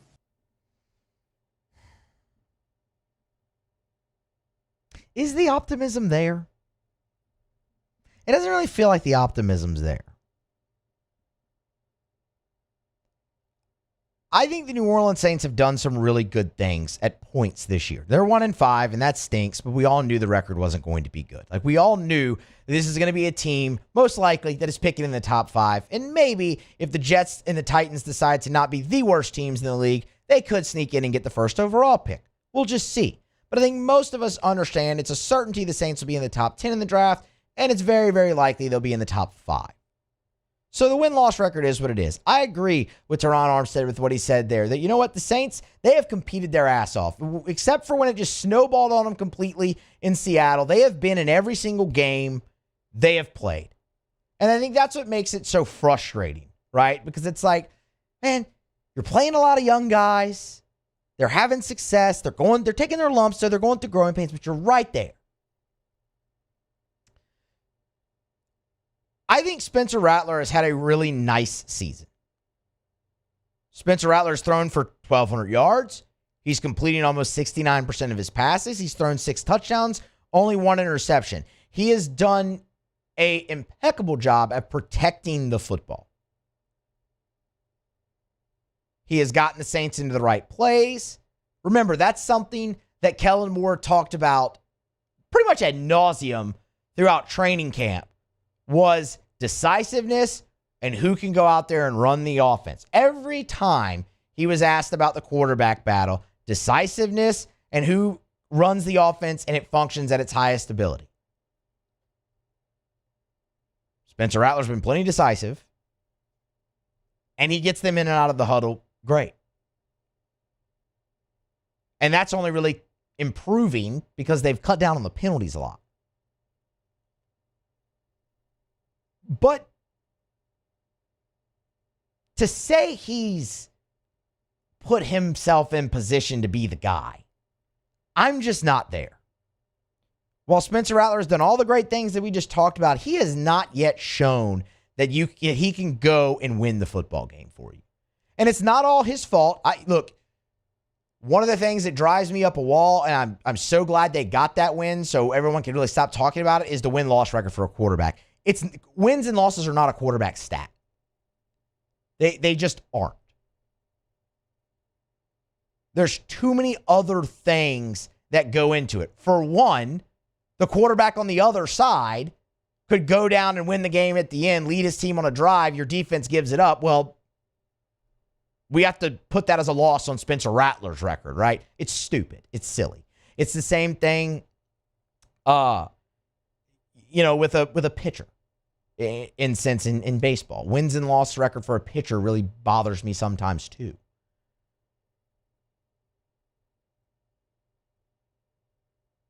But Spencer Rattler, in that same vein, hasn't shown that he's the guy that's going to go out there and win you the ballgame. And he's had chances in every single game outside of Seattle to go drive the team down the field and tie or take the lead.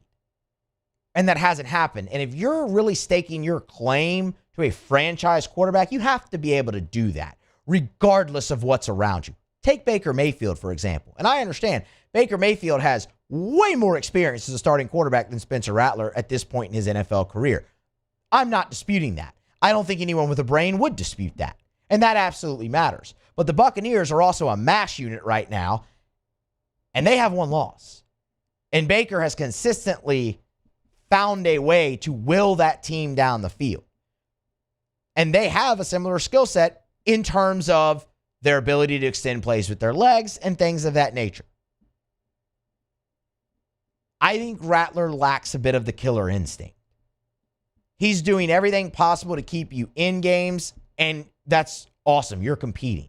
But at some point, if he really wants to stake his claim to be the franchise quarterback, like this is my job, I don't need you to look anywhere in the draft, he's got to convert late in these ball games. And for him to do that, he's got to have his teammates pick him up a little bit as well. Guys like Chris Olave, you need to get the ball to Devon Vele more. That's baffling to me how underutilized he has been. We're 6 weeks into this thing.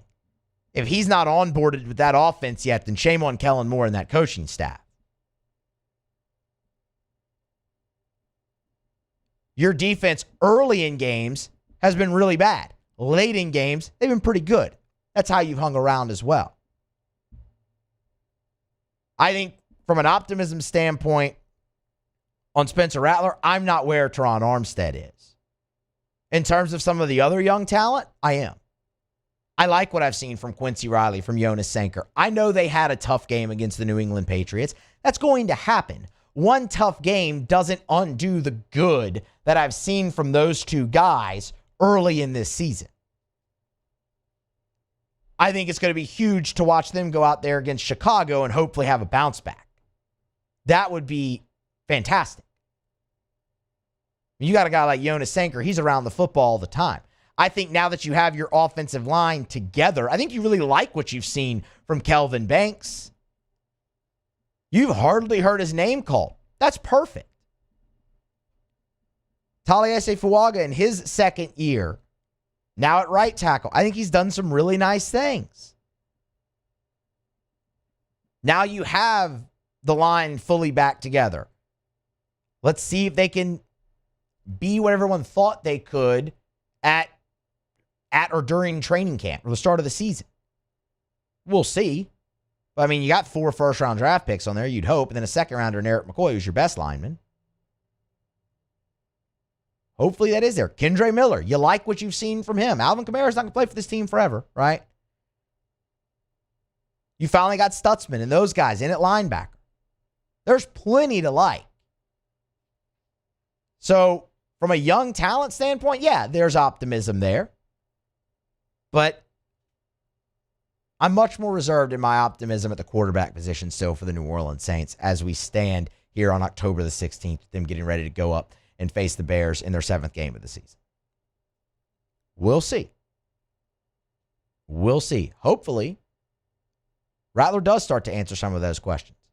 And it'd be great to see him do it against the guy he's very familiar with in Dennis Allen and a guy he's very familiar with in Caleb Williams. Excuse me. But only time will tell there. We'll see. 6 games down, got a lot more to go. I do think the Saints have more wins in them, and I do think when you get late in the season, we're going to really be able to point to multiple guys on this team and say, man, that guy really improved. That guy is ready to take the next step maybe in year 2 or year 3 in the NFL. That's what we're playing this out for right now. Because the wins, while there are still some out there, they're going to be few and far in between. All right, we'll get to what to watch here in the next segment. Jordan, Paul, me, what we're watching this football weekend. Before we hit a break, though, a little shout out to a sponsor.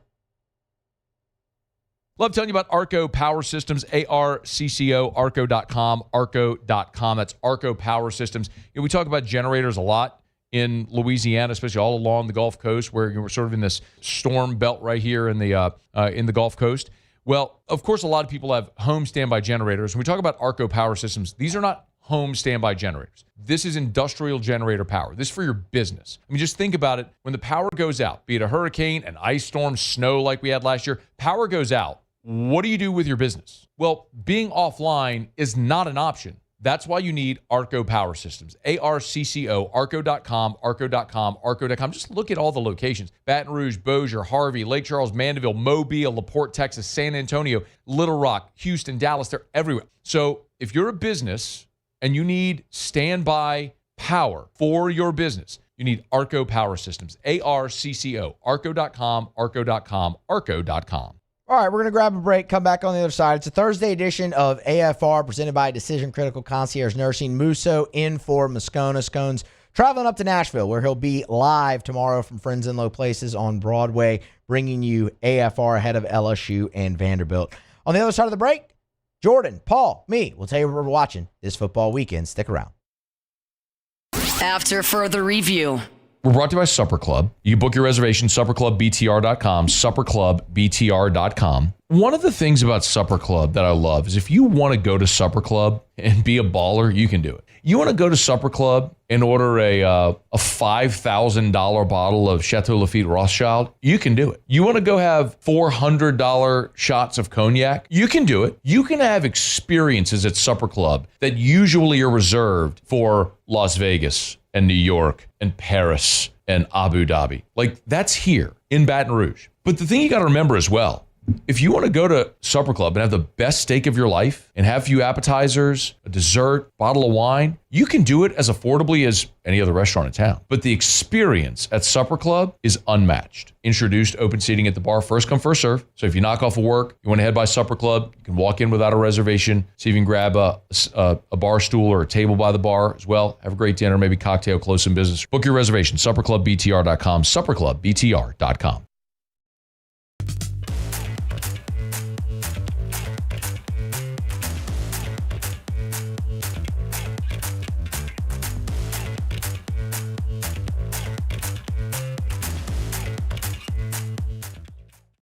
When it comes to choosing energy for your family and your home, make the smart choice with natural gas. You can count on efficient and affordable natural gas to keep you comfortable and reduce your environmental impact to help protect our planet. Together, we're fueling our energy future. Atmos Energy. Mornings with Brian Haldane is the only live and local talk show in the capital city. Get the news from the newsmakers, along with traffic and weather updates throughout the morning. The conversation starts weekday mornings at 6 on Talk 107.3. At Luba Workers' Comp, our journey began over 30 years ago with a simple belief: our clients come first. At Luba, our business has always been focused on people, not policies. Through every success and challenge, we've continued to grow because we've stayed true to our values. committed to providing you with genuine dependability. Because your well-being is more than a priority. It's our purpose.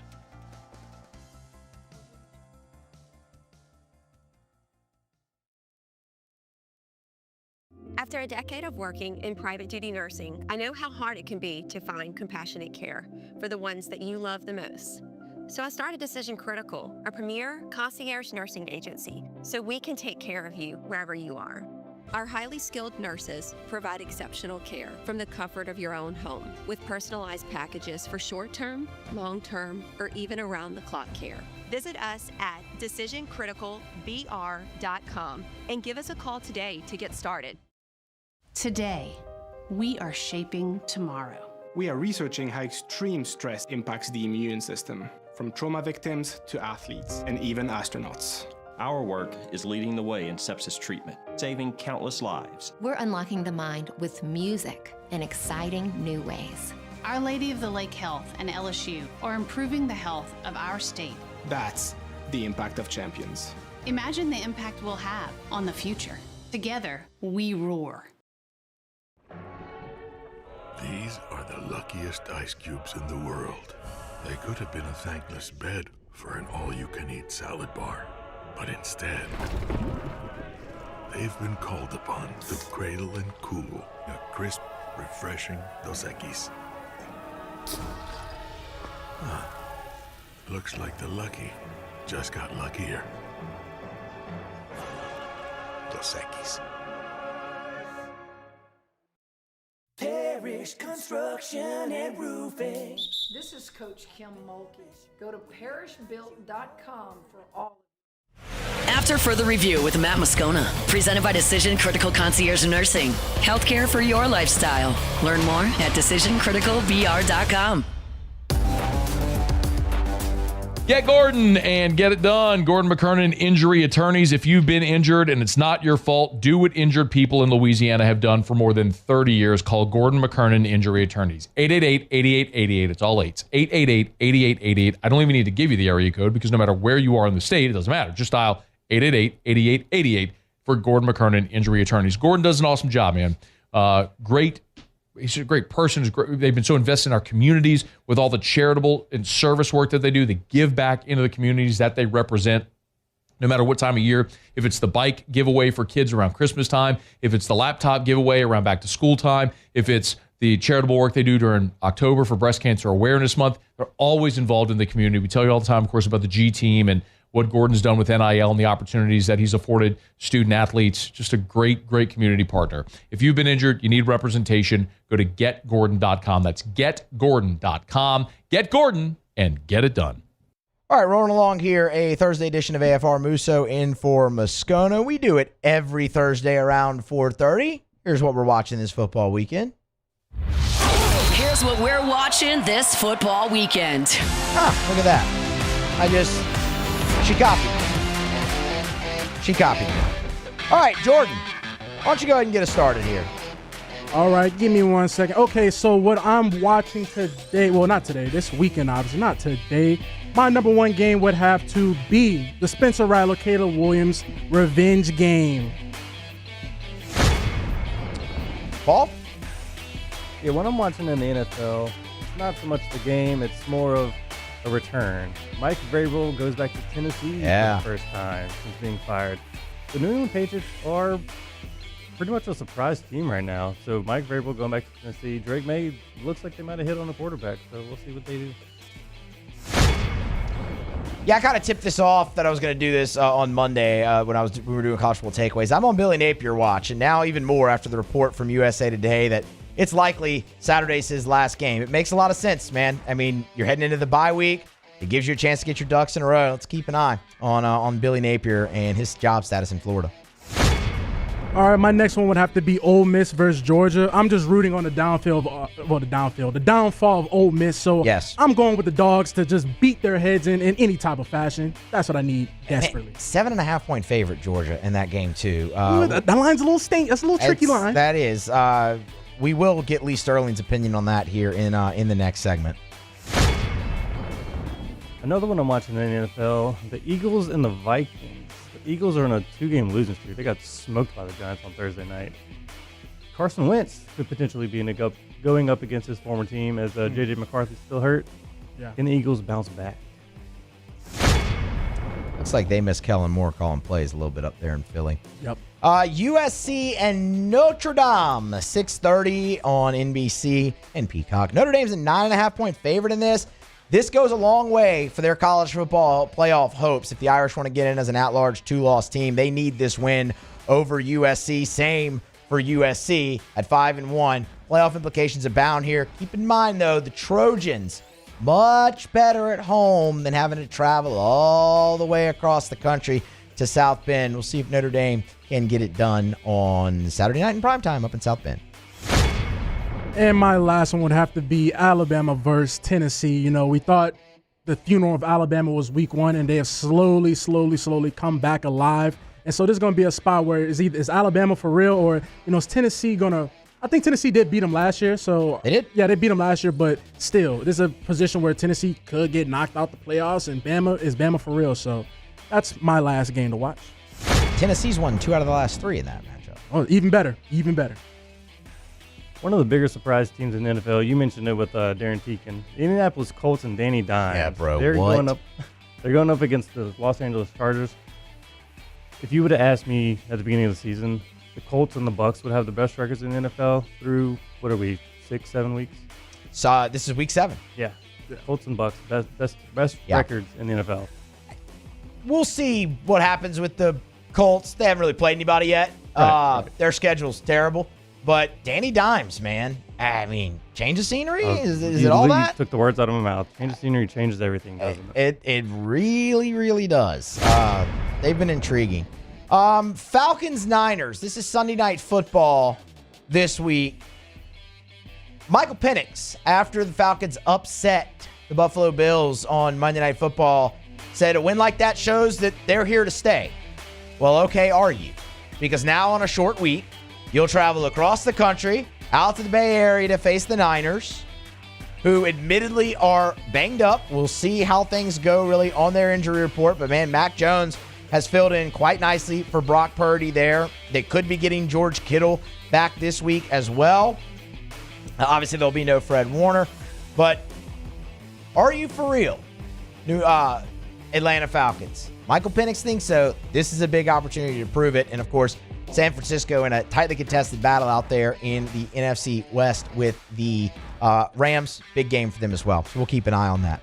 There you have it. That is what we're watching this football weekend. We'll obviously recap that for you with what we learned later on next week on Monday. All right.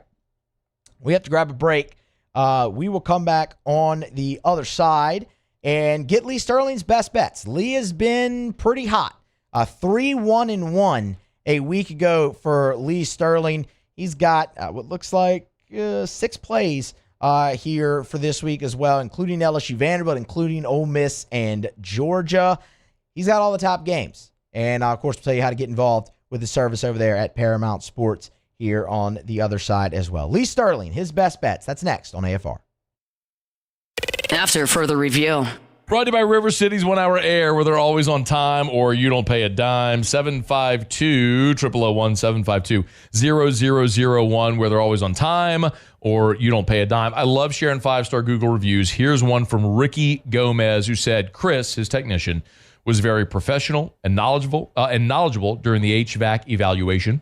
He provided details and recommendations in a clear and concise manner. That's one of the things that always stands out. If you're having an issue with your AC or your heater, and River City's 1 Hour Air sends out a technician for an evaluation, they're going to explain your options to you. And that may sound simple, but none of it, I don't know anything about an HVAC, neither do you. Let's be honest. So whenever they go get up in your attic or they go look at your HVAC unit on the side of your house and they come talk to you, they're going to explain very clearly what's happening and your options to remedy it. It's River City's 1 Hour Air. Look for the big yellow vans and trucks with the giant clock on the side. 752-0001. In South Louisiana, you can always count on good people coming together to help our children. At Dreams Come True, we grant wishes for Louisiana children with life-threatening illnesses. But to do this, we need funds. That's why we're trying to raise $100,000 for Dreams Come True by giving away the Blessed Builders Pool. Make your backyard's dream come true while helping our kids. Just go to dreampoolla.com and you can find out how your $25 donation might help win you a Duplessis pool. We typically think of stress as being bad for us. At Our Lady of the Lake and LSU, we are researching how certain types of stress, such as exercise, can be good for our immune health. By studying people under extreme stress, such as athletes, astronauts, service members, and first responders, we're learning how to improve the immune health of everyone. That's the power of research. That's the impact of champions. Together, we roar. Mornings with Brian Haldane is the only live and local talk show in the capital city. Get the news from the newsmakers, along with traffic and weather updates throughout the morning. The conversation starts weekday mornings at 6 on Talk 107.3. Looking for cleaner energy? Propane is energy for everyone. Propane water heaters are very cost efficient, and the savings are even greater with a tankless propane water heater. We all know that Louisiana propane is a safe and environmentally friendly fuel. So why not go green while you save some green? I'm Miss Louisiana, Gabrielle McLeod, and for more information, visit louisianapropane.com. At Ochsner, we know healing is a team sport. That's why we've partnered with world-renowned orthopedic surgeon Dr. James Andrews to create the Ochsner Andrews Orthopedics and Sports Medicine Institute.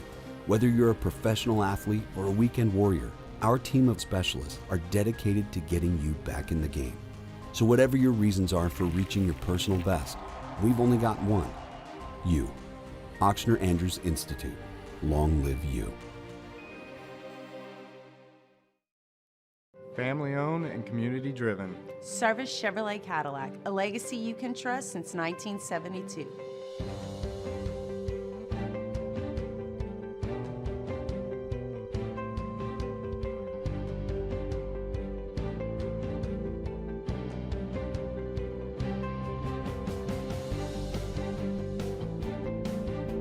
Service Chevrolet Cadillac, our family serving your family. For over 50 years.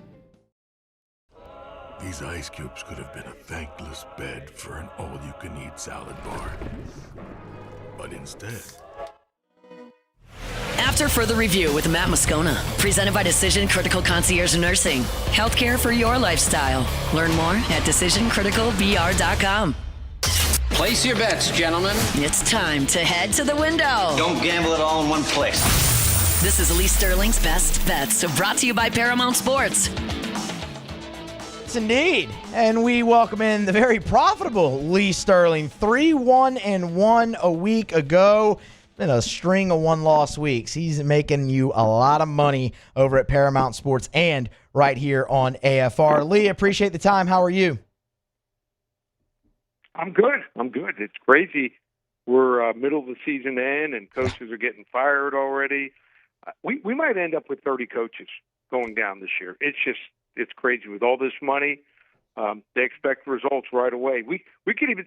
I wouldn't be shocked if the Jets also fire their head coach. He doesn't make it to the end of the year. Man. How about in college football, Lee? They did not have one Power 4 coach fired a year ago in college football. Now look how many you've had this year. It's been crazy, man, for sure.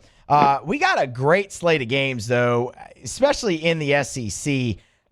Let's start with the one that maybe not be the best. That's Texas heading on the road to Kentucky. The Longhorns are a 12-point favorite. They're coming off the big win over Oklahoma in the Red River Shootout. How do you see that one playing out? Yeah, they're at a crossroads here. You know, are they going to be able to build on this momentum, or they're going to go back to having a lot of questions being asked? So. Special teams played a big part in that game last week. The punt return for a touchdown, but their offensive line finally started blocking much better. I thought that was the first time the Oklahoma State defensive front seven had been, I wouldn't say dominated, but they were able to find some weaknesses here. Kentucky's playing a lot of young players. I mean, their quarterback, Belay, he just doesn't get the job done. He'll make a good throw and then follow it up with two bad ones. So they're in trouble. Who knows? I think there's a good chance Mark Stoops doesn't make it to the finish line either. I like Texas here, 38-17. Texas with the win and the cover. Texas A&M, Lee, they look like the most complete team potentially in the SEC. Maybe a 1B potentially right now to Alabama. They travel up to Fayetteville. This game's normally played in Jerrywell, but it's in Fayetteville this year, and it's always wacky. The Aggies, 7.5-point road favorites. Do they make it through and come into Baton Rouge undefeated next week? Oh, well, check weather. Weather could be a factor here. It's one of the things you got to also check each week here. And you got the Fighting Petrinos here. Look pretty good, much better last week, but it's tough for them. They're an equal opportunity defense. They ranked 115th against the run and 115th against the pass. Haven't seen that in a long time. So just not getting turnovers here. And usually when there's bad field conditions, that's when I've seen this team at their worst. Texas A&M defense ranks 22nd against the run, 39th against the pass. You're right. No real weakness that you can point to that's going to be a problem. Now they're down one of their running backs, but they go 3 deep there, and I think the receiver is going to make plays and make this Arkansas secondary pay here. Sometimes you got to lay it, even if you want to play it on the road. Texas A&M, 37-27. All right. Texas A&M, Lee's on them. Third Saturday in October, Lee, Tennessee has won 2 out of the last 3 in this matchup, but both of those wins came in Knoxville. They go to Tuscaloosa this weekend, where the Tide are an 8-point favorite. Yeah, and the Tide, as we've talked about the last couple of weeks, really starting to put it together, like what they're doing. Volunteers have been one of the best rushing offenses in the nation, averaging 210 rushing yards per game, but they're going to have to get the ball to Chris Razzell, and I just think that Alabama's good at taking your best weapon away. So last week, they wanted to take away, obviously, the passing game. They were able to do that the week before Vanderbilt and their dual-threat quarterback. So they've seen this offense enough here, and on top of that, just think that you're going to see them be able to hit on plays here. I don't think Tennessee has the DBs. If you cover one, you got 2 others that are going to be open here. I like them at home here, 37-24.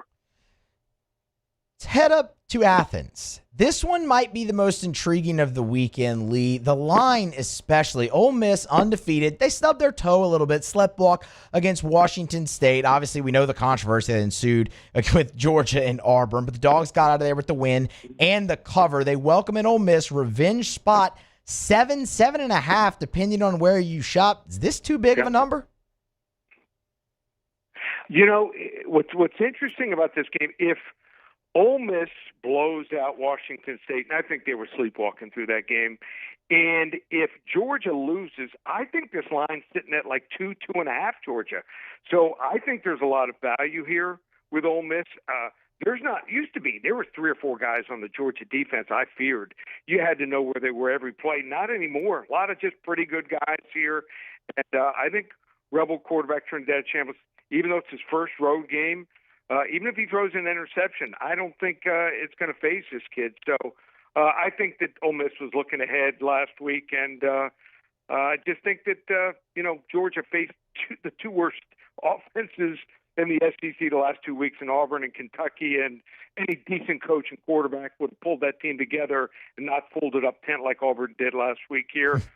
I think the wrong team is favored. Ole Miss straight up 27-24. How about that? The Rebels straight up to get to 7-0. Lee Sterling handing out the upset at Paramount Sports, where you can get him on Twitter X. We'll tell you about how to get involved with Paramount Sports here in a moment. But Lee, the one everyone's watching here, LSU-Vanderbilt. Tigers head up to Nashville, where they are a 2.5-point road dog. Vanderbilt is a favorite over a top 10 team right now. It's also Vanderbilt's first SEC home game of the year, which is wild. Yep. Make sense of it for everybody, Lee. Yeah, so obviously we know now that the LSU offense is probably not going to explode all of a sudden. But all they need to do is win. They're getting 2.5 points here. Aaron Anderson scheduled to be back for this game, and paired with tight end Trudez Green. I think it's going to create some problems here for Vanderbilt. I think their linebackers making plays in space and really limiting Pavia, what he does running the football could be a factor. The defense has been rock solid, giving up 10 points or less in 5 of 6 games, and defense usually travels, allowing just 3.2 yards per carry. You know what? Again, the wrong team is favored. LSU pulls off the small upset here, 26-20. That's music to a lot of people's ears here. There's some apprehension around this game this time around. It might say LSU-Vandy on the marquee, Lee, but it doesn't feel like a normal LSU-Vandy game. Paramount Sports, I see Bears-Saints. That's your game of the week over at Paramount Sports. How can everyone get involved? Just be one of the first 5 callers. Call 800-400-9741. Again, the number 800-400-9741 will give you the Bears and Saints. I think there's a clear right side to this game. 800-400-9741. And how about this? 4 weeks ago in our NFL, we gave out 5 selections. 5 selections, $55. We went 5-0. 3 weeks ago, did it again, 5-0. 2 weeks ago, 5-0. And last week, I let everyone down. I went 4-1. We are on a 19-1 run right now in the NFL. How about this?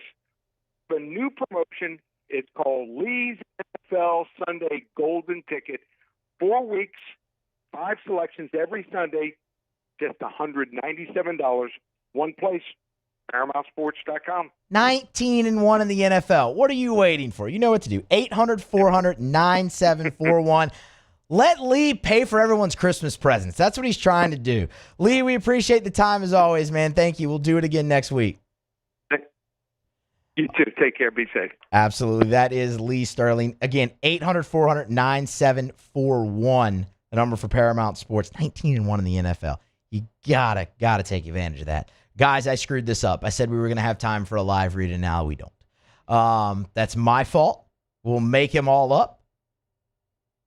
You have my word. Jordan, Paul, I apologize. So we're gonna make sure that apology happens. accepted. We're going to make sure that happens. If not, I'll get in trouble. So,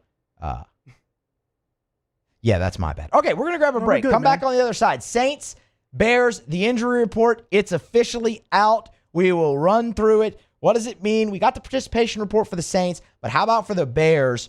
We didn't get, we were off air by the time they dropped there. So we'll run through the complete thing next after SportsCenter.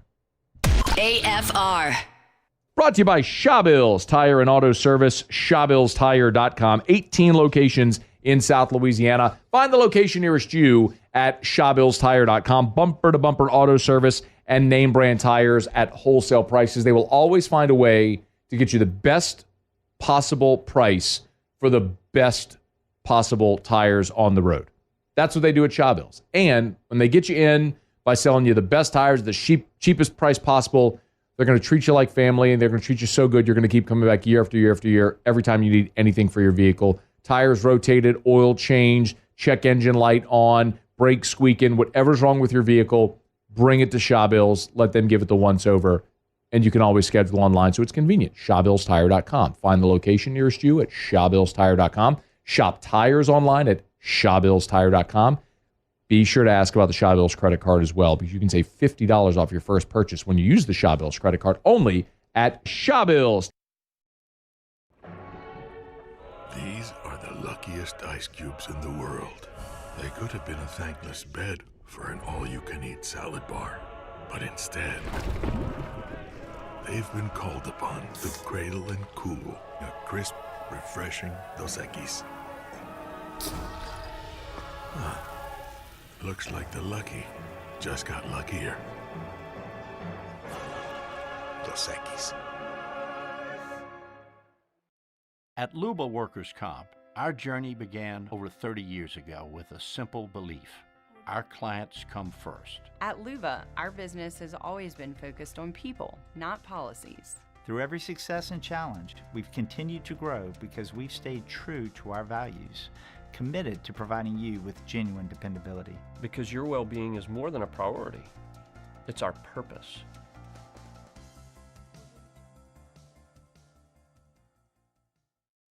At Bayou Automotive, we believe in a sales process that puts you first. We want you to experience an easy purchase with clear pricing and great service. Let Bayou Ford and Bayou Chrysler Dodge Jeep Ram be your trusted partners in finding your perfect vehicle. The crew at Bayou Automotive is going to do right by you. Parrish Construction and Roofing. This is Coach Kim Mulkey. Go to parrishbuilt.com for all of your roofing needs. From your hometown, parrishbuilt.com. Raising Cane's is our victory meal. Football fans are some of the most dedicated fans in sports. It's a fundamental quality we share, and that fuels every single order of our hand-battered chicken fingers. Wherever there's football, there's Raising Cane's. One love. Let's go. Every winner knows a great play starts with a solid game plan and the right team by your side. At Sunshine, we're here to keep your operation running strong. From tractors to harvesters, we've got the John Deere equipment you need to tackle every job with confidence. Because when the work's done right, there's more time for the things that matter, like cheering on your favorite team. Make Sunshine Quality Solutions part of your playbook this season and learn more about what it means to be powered by Sunshine at sunequip.com. Flight by Yingling is raising the bar by crafting the next generation of light beer. With only 2.6 carbs and 95 calories, this is premium refreshment 6 generations in the making. Flight by Yingling. Raise the bar. In South Louisiana, you can always count on good people coming together to help our children. At Dreams Come True, we grant wishes for Louisiana children with life-threatening illnesses. But to do this, we need funds. That's why we're trying to raise $100,000 for Dreams Come True by giving away the Blessed Builders School. Make your backyard's dream come true while helping our kids. Just go to dreampoolla.com and you can find out how your $25 donation might help win you a Duplessis pool.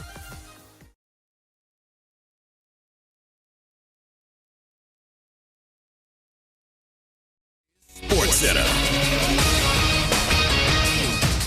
I'm Nick DeLuca. The Major League Baseball postseason rolls on tonight. Game 3 in LA, Game 4 in Seattle. The Dodgers looking to go up 3-0 on the Brewers. Can Milwaukee find a way to get on the board tonight? Aaron Ashby going for the Brewers. Tyler Glasnow on the mound for LA. Coverage underway on ESPN radio affiliates and the ESPN app. First pitch moments away. Blue Jays can even up the series with the Mariners tonight. Seattle trying to go up 3-1. Max Scherzer getting the start for the Jays in the postseason. For the first time this year, Luis Castillo going for the Mariners. Coverage at 8 Eastern here on ESPN Radio and the ESPN app. In college football, Indiana's Curt Cignetti signing a new deal with the Hoosiers. 8 years, $93 million through 2033. Raise up to $11.6 million per season. Would be third among coaches this year, coming off that huge win on the road over Oregon on Saturday. Thursday night football tonight. Bengals star edge rusher Trey Hendrickson expected to be out with a hip injury against the Steelers. Hey, it's your resident Super Bowl champ Chris Candy. Coming up Friday, the Jags might be 4-2, but I'll tell you why a loss to the Rams should end any talk about the Jags being a real contender. It's unsportsmanlike, 6 a.m. Eastern, right here on ESPN Radio, ESPN2, and ESPNU. After Further Review with Matt Moscona, presented by Decision Critical Matt Moscona. I'm very important. After Further Review. Say it one more time. After Further Review with Matt Moscona. And here we go. Live from the Raising Cane studio. Let's ride!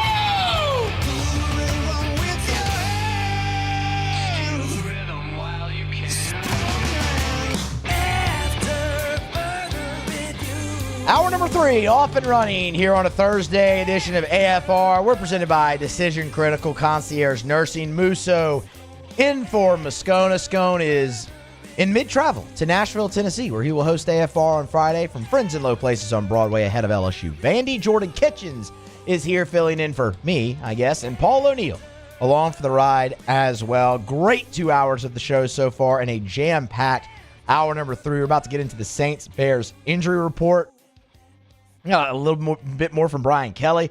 I want to let you hear Mike Triplet at the bottom of this hour. Otterlocks as well. Still to come here. Thursday Night Football, ALCS. Otterlocks are live right now at LouisianaSports.net. It's a 5-pack of picks from Jimmy. So if you want them early, get over there at louisianasports.net. You can get your auto locks. It's right there on the homepage.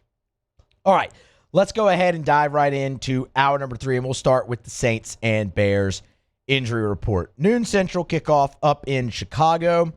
And man, it's not often in the last really 2 years and some change that you've been able to look at an injury report before a Sunday game and say the Saints are in better shape than their opponent. Like, it's been a while. But this is one of those times.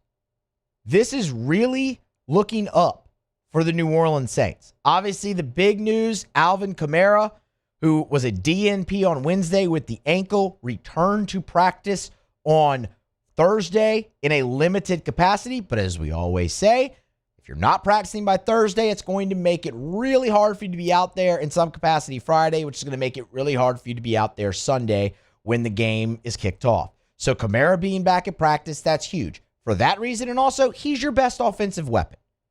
Like, that's full stop, right? Alvin Kamara is the Saints' best offensive weapon they have right now, even in his early 30s. He's been very, very productive. So to have him back, that's massive for your chances going up to Chicago. You're trying to get your second win of the season. Chris Olave, he's been dealing with the hip.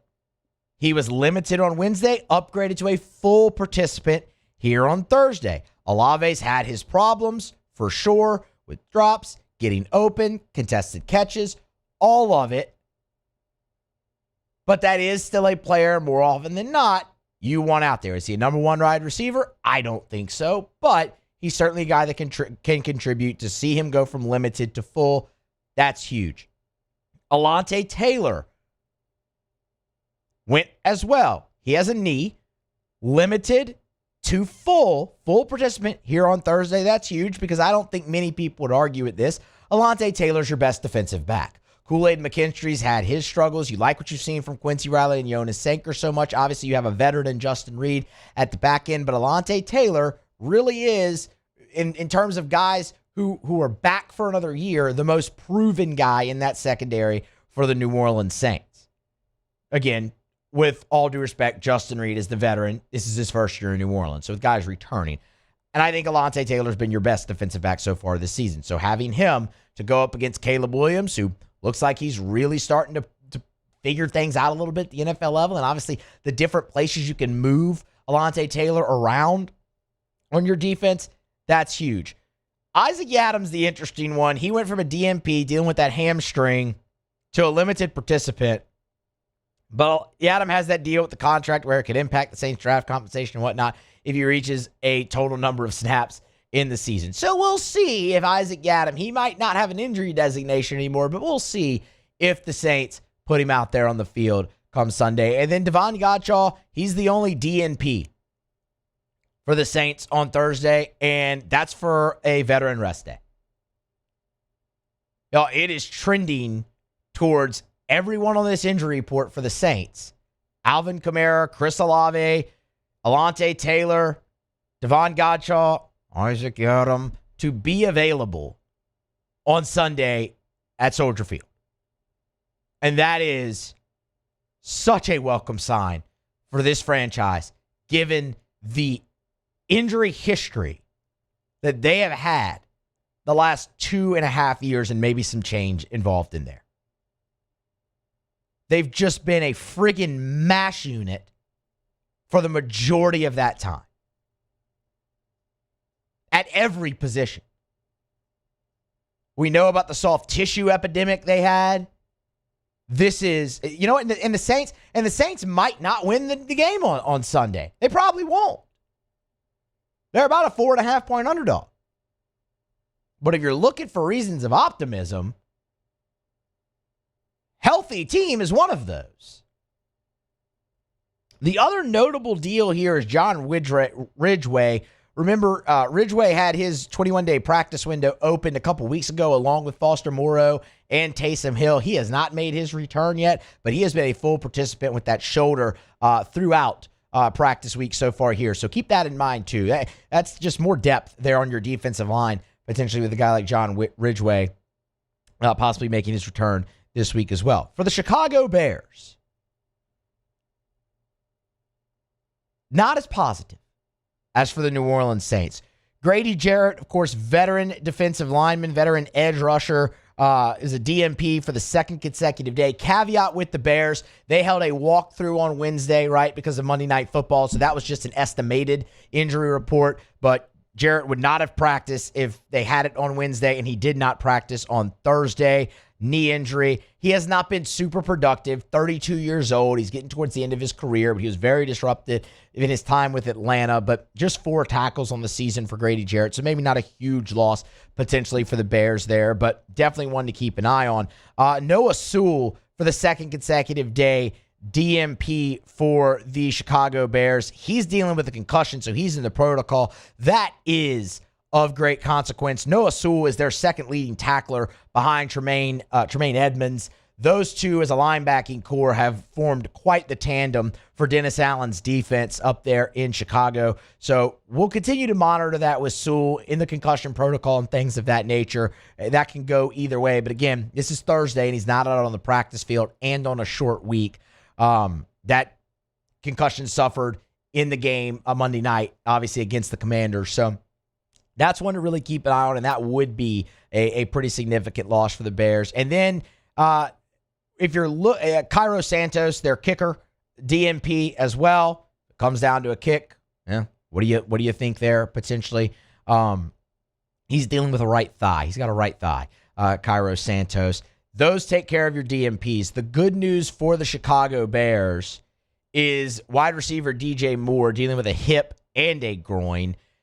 Would have been a DMP on Wednesday had they held a traditional practice. He returned today limited. That's massive. That's a big weapon, obviously, for Caleb Williams. Rome Odunze has really carried the receiving game for Chicago so far, but DJ Moore of Ole Miss, that's their second leading receiver in terms of yards, third in terms of receptions, but in terms of yards, second leading receiver, and he's 60, 70 yards ahead of the guy in the number 3 position. So that's a bit of a break for Chicago and an otherwise kind of grim injury report.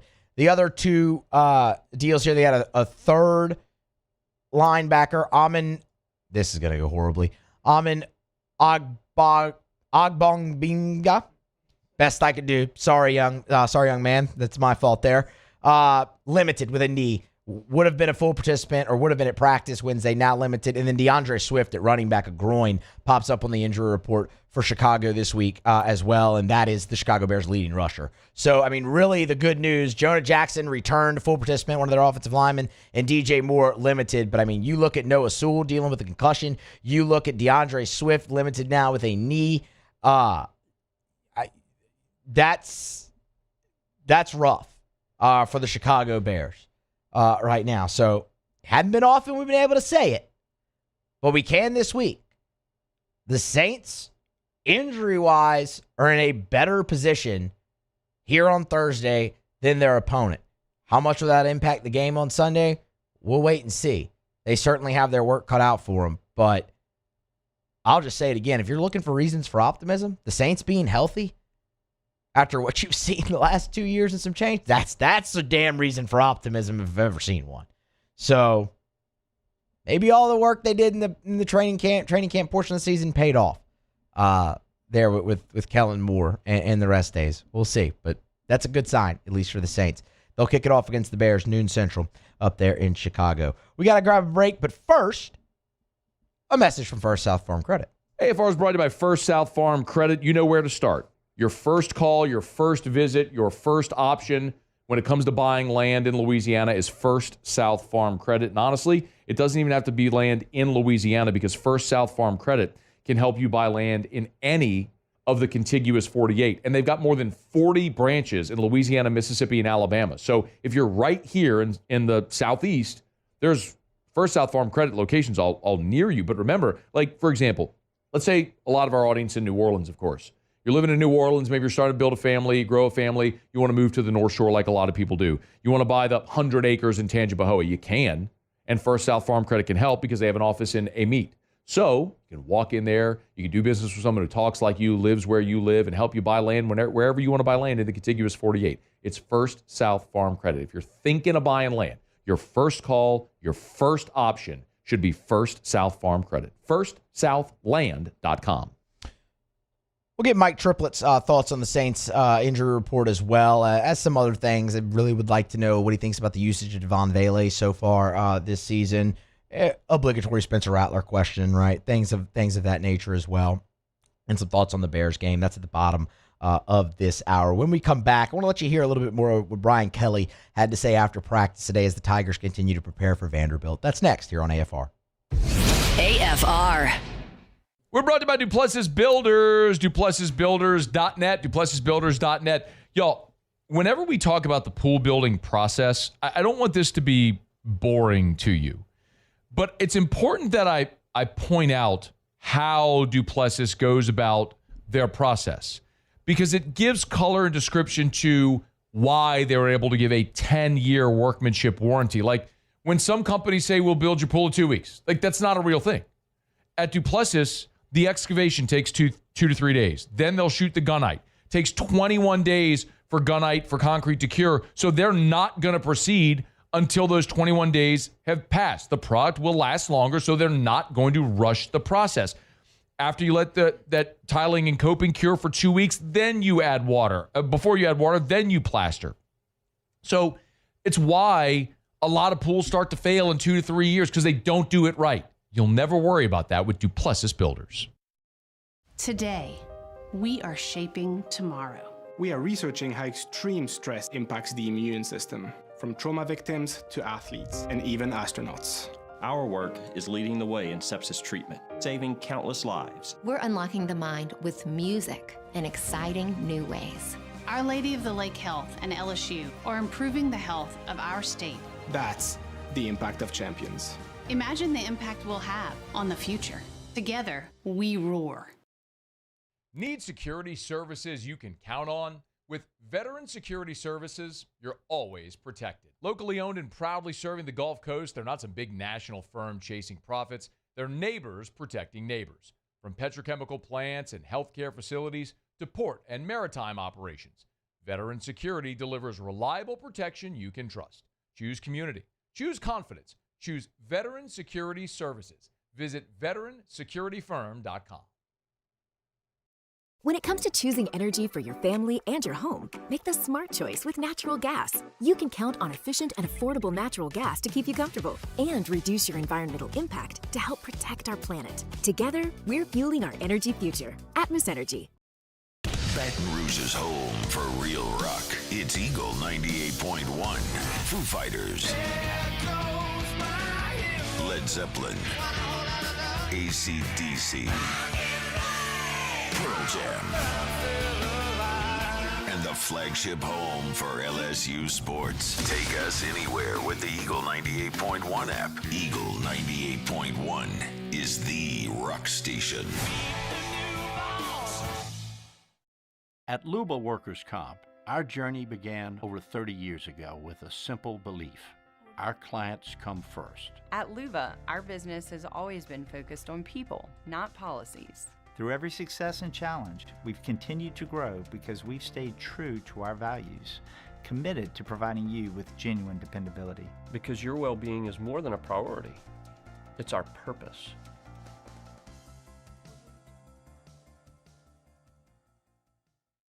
Men, age is just a number. Don't let it dictate how you feel. Goodwood Men's Sexual Wellness has anti-aging services that can help you look and feel your best. Visit yourgoodwood.com and discover a renewed sense of vitality. Parish Construction and Roofing. This is Coach Kim Mulkey. Go to parishbuilt.com for all of your roofing needs. From your hometown, parishbuilt.com. Tiger Country is 100.7 The Tiger. In the car on 100.7 FM or on the 100.7 The Tiger app.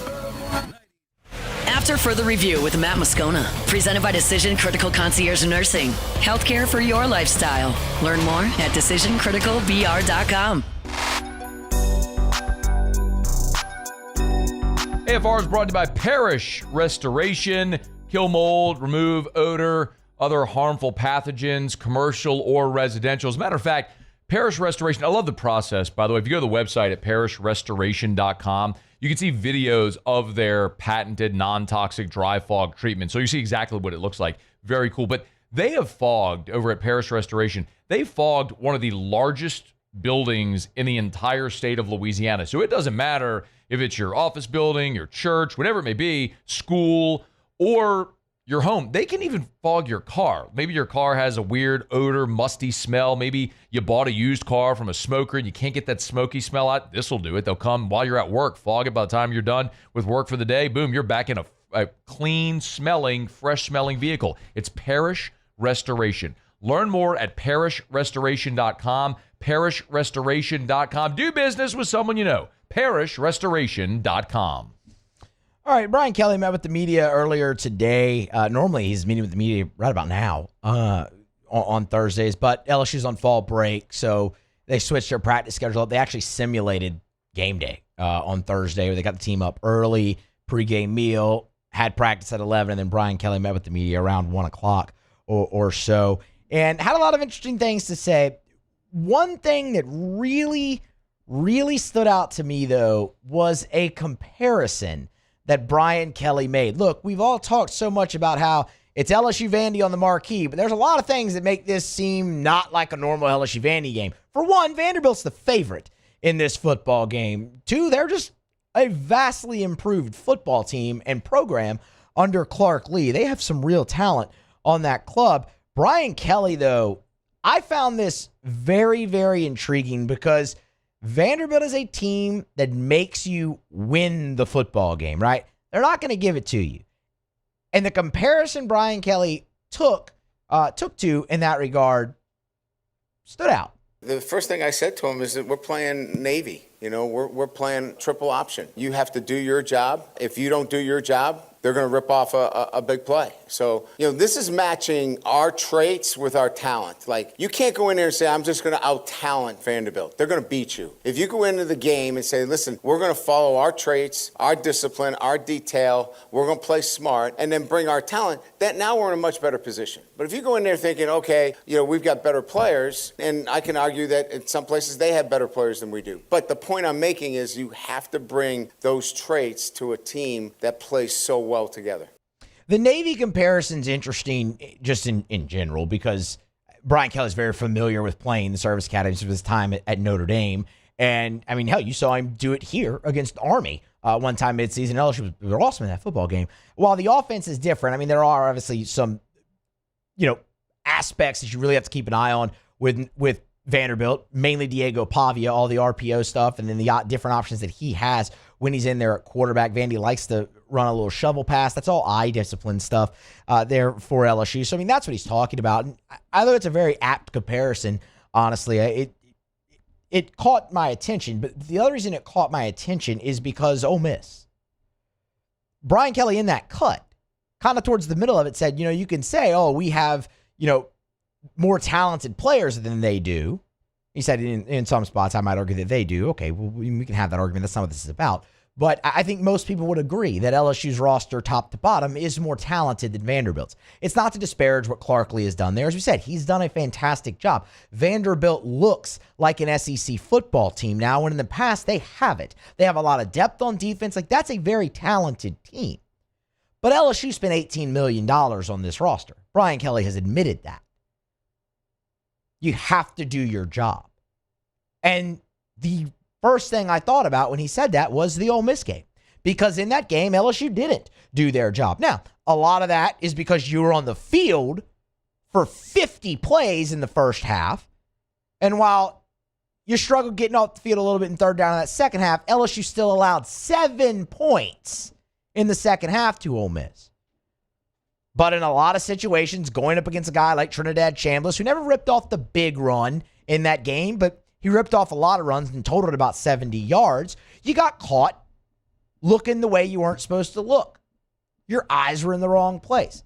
And again, LSU, top to bottom, a more talented team than Ole Miss. It just proves that you don't roll the ball out there in this conference. And the same thing is going to be said in Nashville this weekend. So I love that that's the tact they're taking, because Brian Kelly has a lot of experience preparing teams for offenses and teams like a Navy. Not to say Vanderbilt is exactly Navy, but again, what did we say? That's a team that wants to control the game. They want to have success on first down, second down, and convert on third, and really elongate drives and keep the opposing offense on the bench. They want to limit your opportunities, much like a Navy, an Army, teams like that. Brian Kelly's not just saying that to the team. He's having them prepare that way this week too. And that's something he's very comfortable preparing for. So I really liked that aspect of it. And it's going to come down to execution. We talked all about third down in the last hour of the show. That's where I think this game is going to be decided. Vanderbilt is second in the nation in third down conversions on offense. 57%, second nationally. LSU's top 30 in preventing third down conversions, and they're number 4 in the country in stop rate. You can look at third downs all you want. Stop rate is what I love even more. LSU, 80% of the opponent's drives for LSU ended no points. That's stop rate. A punt, missed field goal, turnover on downs, or a turnover itself. 80% of LSU's drives. They've been really good getting off the field. Maybe it's not always on third down, but they've been great getting off the field. They're going to have to do that against Vanderbilt. The other thing that was really interesting from Brian Kelly on Thursday that I thought, he was asked point blank about needing to get Darin Brown the football more. Well, sometimes it's not as easy as saying, let's get him involved, right? I mean, if they're going to play 4 under 3 deep, and they're going to buzz the outside, your outside receivers now, they're not as viable. You play quarters and it's match on the outside, you got one-on-one routes. So it's really just saying, look, we recognize that we've got a talented player here, and we got to find more touches. And sometimes finding those touches is circumstances, right, in the game that allows it. But we recognize his talent, and we sometimes have to create some opportunities for him. It's the end of that cut right there.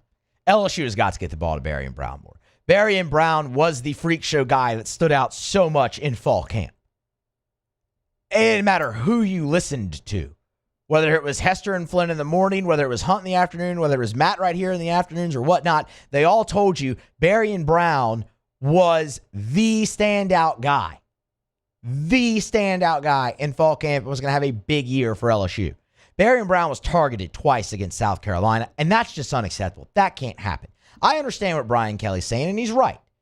Sometimes circumstances in the game dictate how the offense is called and whatnot, but sometimes how you call the offense early in the success you have, i.e. establishing a running game and committing to it and things of that nature, can dictate where the defense is, what formations they're in, down and distance. All of that can dictate, and then it is up to you to figure out a way to get the ball to Darin Brown. I will tell you this right now. It's not just Darin Brown. Nick Anderson needs to be involved more in this offense too. I thought Anderson was targeted twice a week ago as well. He was targeted twice at Ole Miss. He's been targeted 4 times in your last 2 games. He's caught 3 out of those 4 targets. That's a kid who was on the doorstep, an athlete who's on the doorstep of a 1,000-yard season when he was healthy at Oklahoma. And he came here to be a big-bodied guy because you didn't have many of those who could also stretch the field. You just haven't gotten him the football enough.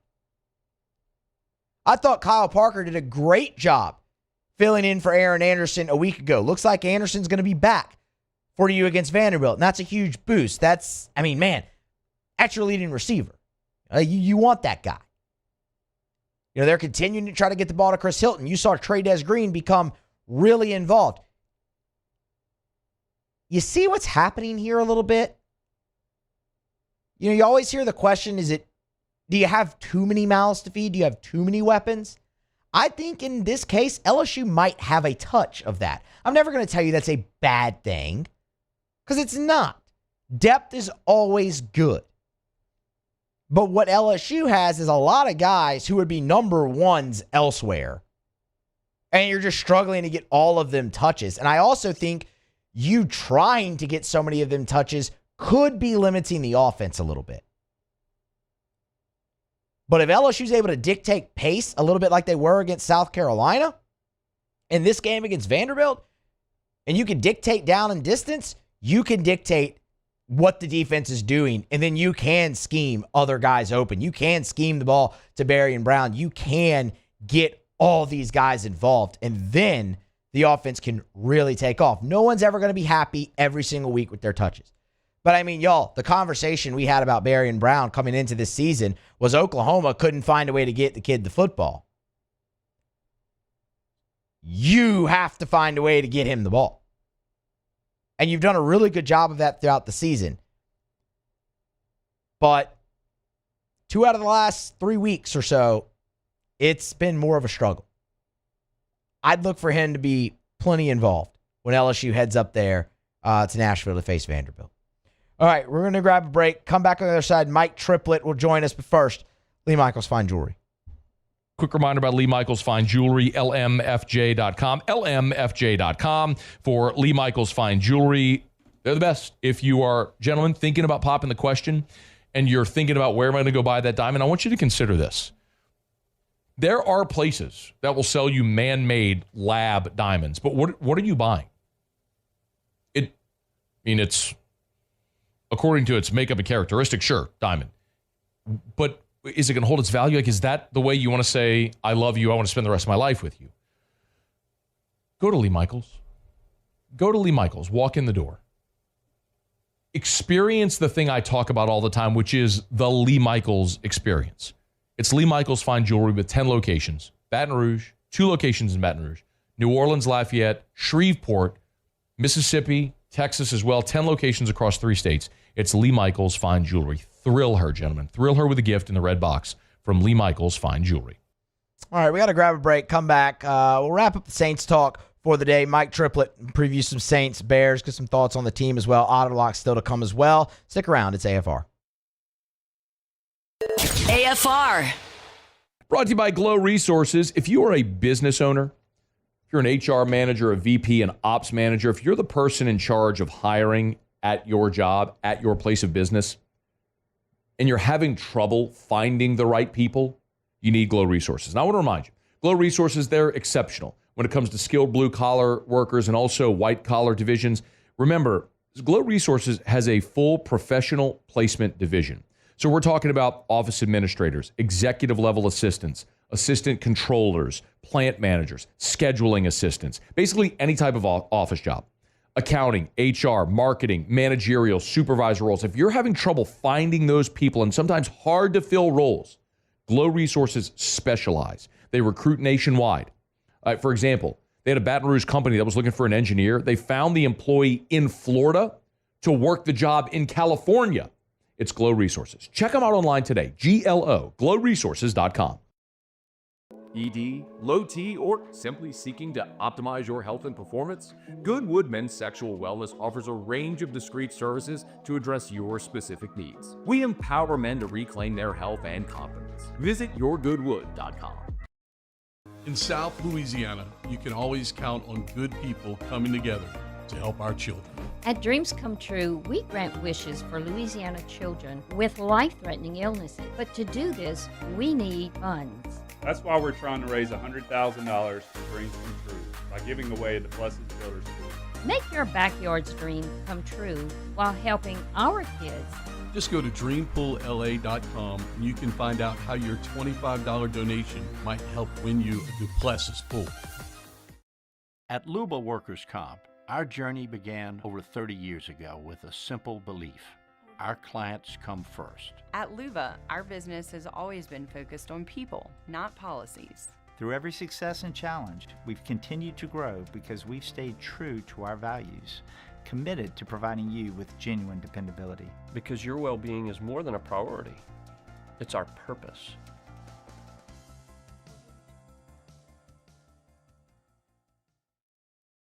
Breck teamed up to reimagine your parks, and you imagined big. With your help, we went to work, creating 12 beautiful community parks across the parish. A family-sized water park, miles and miles of trails, and parks just for your dogs. There are more places to splash, to explore, to run wild, and even soar. You imagined, we delivered. Gold. Breck, your #1 park system in the nation. Trust isn't given, it's earned by showing up, leading the way, and performing at your best when it matters most. Our Lady of the Lake sports medicine experts know what it takes to improve performance and build champions at every level. That's why LSU chose Our Lady of the Lake as its championship health partner, trusting Louisiana's best medical team to care for our state's best athletes. From championship athletes to everyday champions, trusted care starts here. I trust the lake. At Bayou Automotive, we believe in a sales process that puts you first. We want you to experience an easy purchase with clear pricing and great service. Let Bayou Ford and Bayou Chrysler Dodge Jeep Ram be your trusted partners in finding your perfect vehicle. The crew at Bayou Automotive is going to do right by you. These are the luckiest ice cubes in the world. They could have been a thankless bed for an all-you-can-eat salad bar, but instead, they've been called upon to cradle and cool a crisp, refreshing Dos Equis. Looks like the lucky. After Further Review with Matt Moscona, presented by Decision Critical Concierge Nursing. Healthcare for your lifestyle. Learn more at decisioncriticalvr.com. Brought to you by Relief Windows and ReliefWindows.com. You know, when we talk about Relief Windows every day, I always say windows, doors, siding. And now shutters as well. They do your indoor shutters. Same thing as the windows. Custom made, measured to fit your windows, custom fit for your windows, lifetime warranty on your windows, your shutters. But Brandon, you often hear say their number one product is customer satisfaction. And that's not just a catchy line. That's not a cliche phrase. Have an experience with Relief Windows and you'll understand. They go to the ends of the earth to make sure their customers are thrilled with the work they do. As a matter of fact, Relief Windows never takes $1 from you. You will not, no deposit, no down payment. They take all the risk. They will not take $1 until you're thrilled with the work they do. Who else does that? Only Relief Windows. Check them out online at reliefwindows.com. All right, let's talk some New Orleans Saints with Mike Triplett. Mike! Yeah? New Orleans Saints coverage with some Mad Libs mixed in. Why don't you just go by Mike? It's time to talk black and gold with Mike Triplett of New Orleans Football. Presented by Benny's Car Wash. Family owned and operated since 1951. Mike Triplett, New Orleans Football on Twitter at Mike Triplett with us here every Thursday on AFR. Mike, we appreciate the time. How are you? Good. Thanks for having me. Of course, man. Thanks for jumping on. Mike, I want to start with the injury report, actually, with the New Orleans Saints, because the way I put it at the top of the hour is it's been a long time since you could look at an injury report and go, man, the Saints are actually in better shape than their opponents. Yeah, look, and I mean, there's some important ones. It'll be last week was the first time they had their entire offensive line both start and finish a game. So I'm eager to see if this offense looks better once that offensive line is healthy and together. Do they actually like run the ball and protect and get something going? But yeah, Chase Young has been back now for 2 weeks. It's about as good as it's probably looked this late into the season as it has been in several years around here. For sure. The other interesting thing that I saw, I mean, Isaac Yiadom returns in a limited, but he has to deal with his contract and the snap count. Is there a chance the Saints actually put him out there on the field this weekend against Chicago? Yeah, look, they might have to make a decision ultimately on that because it is such a weird scenario for a rebuilding team that's clearly stockpiling young players, and we don't know what they're going to do for sure at the trade deadline. But the fact that his playing time could directly cost them a fourth-round pick, I'd be pretty shocked if they let that happen. So I don't know if they'll try to trade him, work something out with him, grant him a release with a send-off, just keep him as a backup, and he'd be happy with that. I don't know, but look, they were already working Quincy Reilly into the mix even before he got hurt. So I am very curious to see how they manage it. But they have been so clearly aware that they're a rebuilding team, even with the way we saw them rotating Danny Stutzman and Isaiah Stolbert into the mix to get them snaps last week. So that one's a unique one, but I think they're aware of it. Mike, do you think you mentioned Stutzman and and Isaiah Stallbird, what do you think that means for Pete Werner, if anything? I'm going to take them at their word when they say they've got some young players that they really like and that they know in the NFL that, somebody's going to get hurt and they're going to have to play at some point, so they don't want them having 0 snaps a game until that one day comes. So they're giving them 6 snaps a game here and there. That's smart. It's like I said, it's what they did with Riley earlier this season. It's what they did with Sanker before he became a full-time player. Of course, you wonder in the back of your mind, are they shopping Pete Werner? And that's also a possibility, but I don't think it's inevitable. But, they're a team that now with some of the trades they've made and with the playing time they've been given, they're acting like a team that knows that it's got young players that it wants to get on the field. One guy that I think many want to see get on the field is Devon Vele. And, Mike, I'd love to know where you are with this because, that's a guy who Kellen Moore has raved about since they acquired him, and the presence that he can provide as a big target down in the red zone, in the middle of the field, all of those things, and it's always been an onboarding process. And we're 6 weeks into this thing. You're going into Game 7. He has been very, very underutilized, in my opinion. Yeah. No, I agree. And look, Kellen Moore did say we should have seen some warning flags when he said it. When they first traded for him, he compared it to the Eagles trading for Jahan Dotson last year, right around the same time of year, the former first-round pick that they got from Washington. And Dotson played a very big role for the Eagles. He said, you could give him a few packages early on and then gradually increase that role as the season goes on. So, that you look at that blueprint and you're seeing kind of the same thing. They didn't just immediately say, all right, you're our number one red zone target now. But yeah, it's been very disappointing considering the cost to acquire him that they're willing to basically treat him the same as they're treating like Mason Tipton right now in their offense. It's such a small role right now. You wish it was bigger. But then again, we talked about the injury report. Chris Olave, Rashid Shaheed, and Brandon Cooks haven't missed a snap, so there also hasn't been an opportunity from that standpoint either. But, yeah, I think it's something that's incumbent on the coaches to get him more involved, especially when you are one of the worst red zone teams in the NFL. There's one of the possible solutions right there.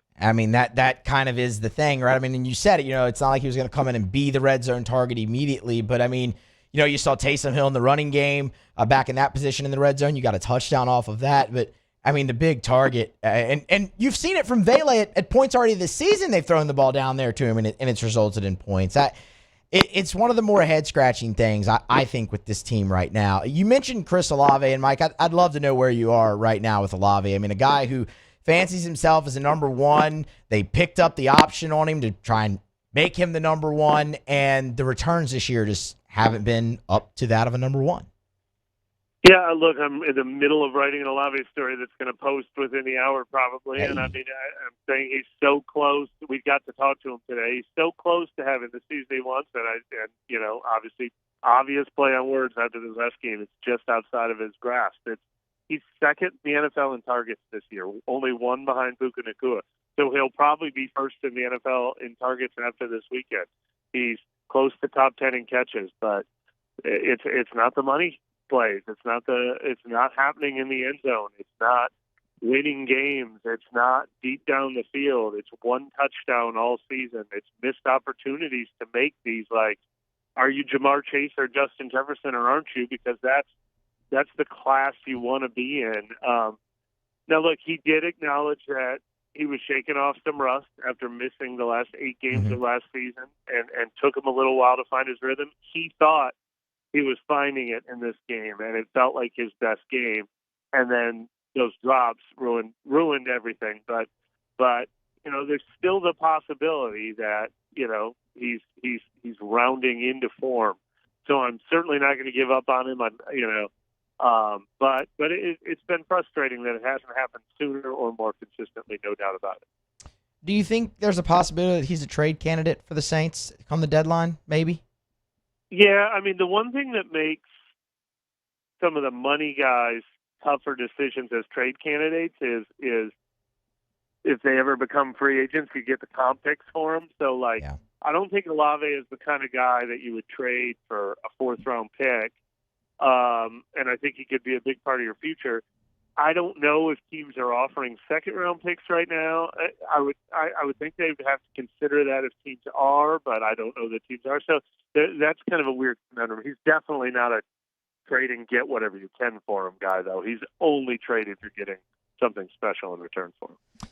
Mike, you were around the team a lot all the time, especially this week. I know you had some locker room availability here today. You sense any extra juice with the club with Dennis Allen on the other sideline this week? Not necessarily. I actually think the juice would come from him, right? Yeah. He's the one who got fired by this team. He's the one who probably would like to shut them down. I think if it was going to be one or the other. But I think the familiarity, I can't even say that word, will definitely play a part. I mean, they've been going against each other in practice. They've been playing the chess game against each other for years. They're going to recognize some of his tricks, especially guys like Alvin Kamara and,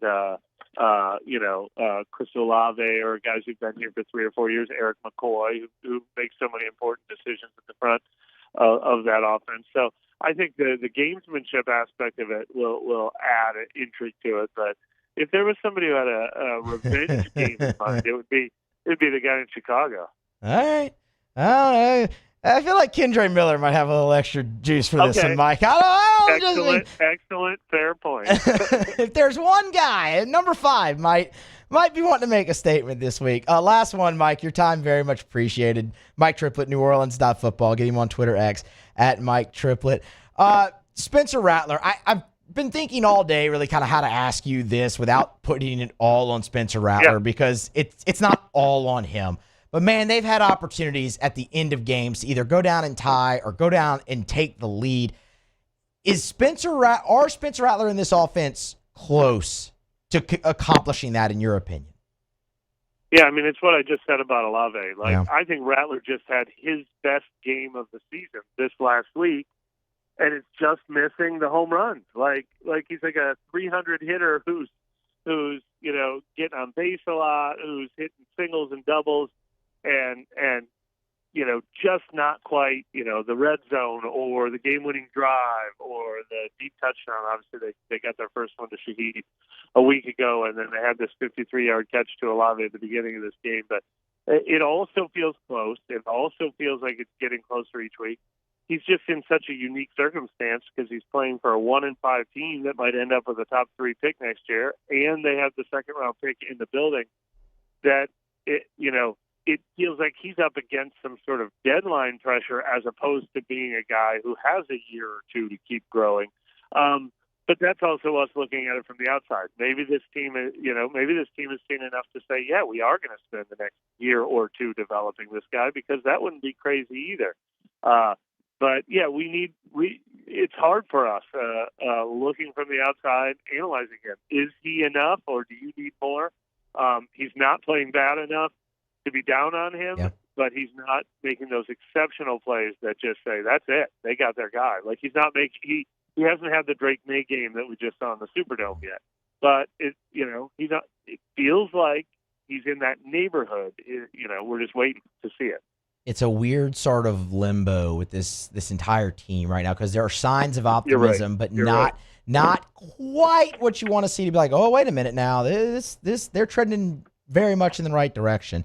It'll be interesting to see Sunday up there in Chicago. Mike, we appreciate the time. As always, y'all go to NewOrleans.football, get subscribed, read his stuff, the Chris Olave piece that's coming out here later tonight, and we'll do it again next week. Thank you, Mike. All right, thank you. Absolutely. That is Mike Triplet. We're going to grab a break.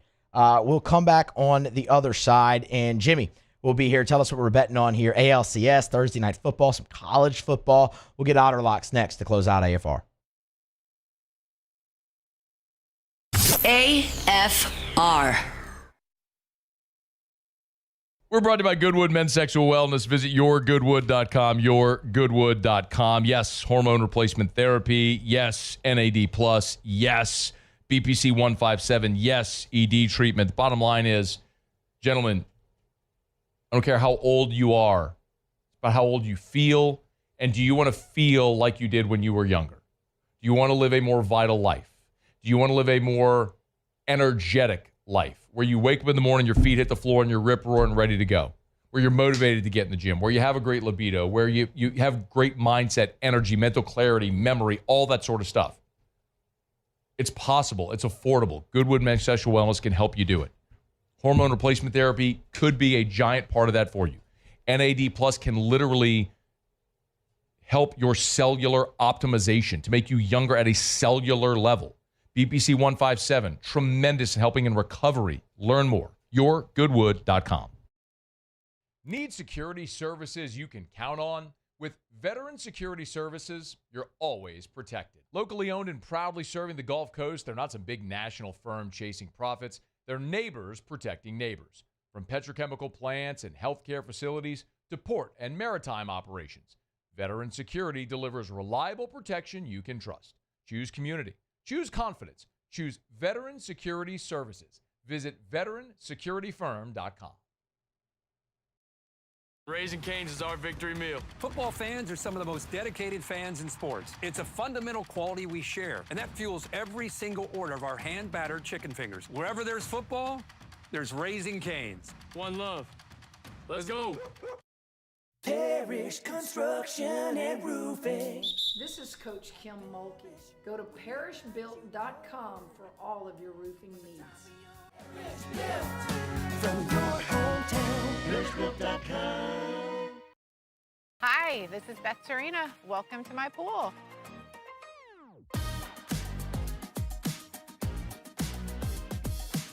The first time I saw this beautiful pool, it exceeded every expectation that I had. They were able to get everything we wanted in this pool. It is a beautiful pool. We live out here. We eat out here. We watch TV out here. This is like our living room outside. We love this pool and everything about it. When we decided to build our pool, we called a great friend who is one of the best pool builders in the country in North Louisiana, and we said, who would you choose to build a pool in Baton Rouge? And without a hesitation, he told us Russell Pools. He said their history, tradition of great builds, great pools was unmatched. So of course, who did we call? Russell Pools. The advice I would give to anyone looking to build a pool is first call Russell Pools. They'll do an incredible job. It'll be incredibly organized. It'll be time efficient. And you will have your pool in no time.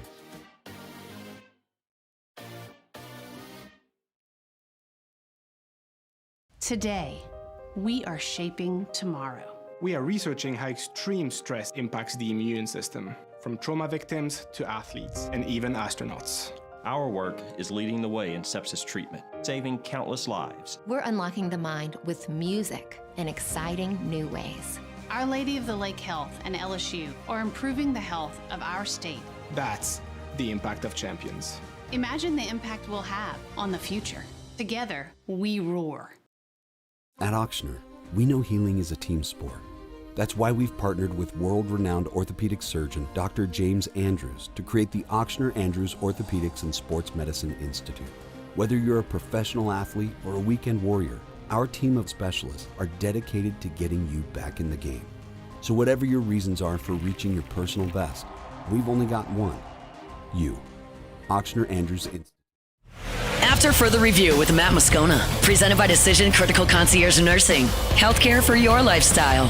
Learn more at decisioncriticalbr.com.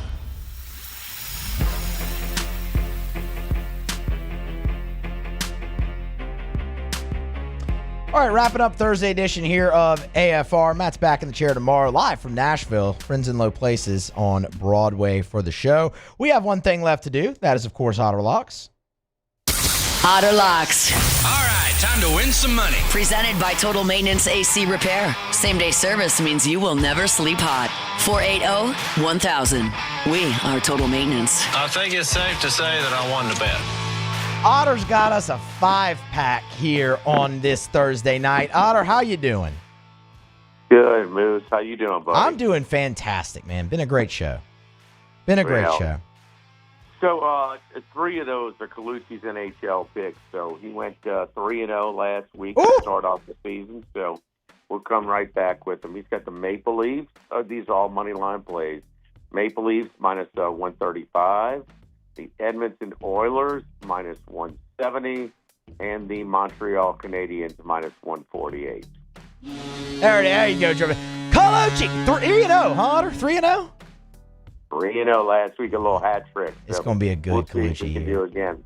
Milwaukee, we put out earlier today the Brewers in the game against the Dodgers. I'm not sure what Murphy's doing, throwing out Ashby to start Mizorowski. They had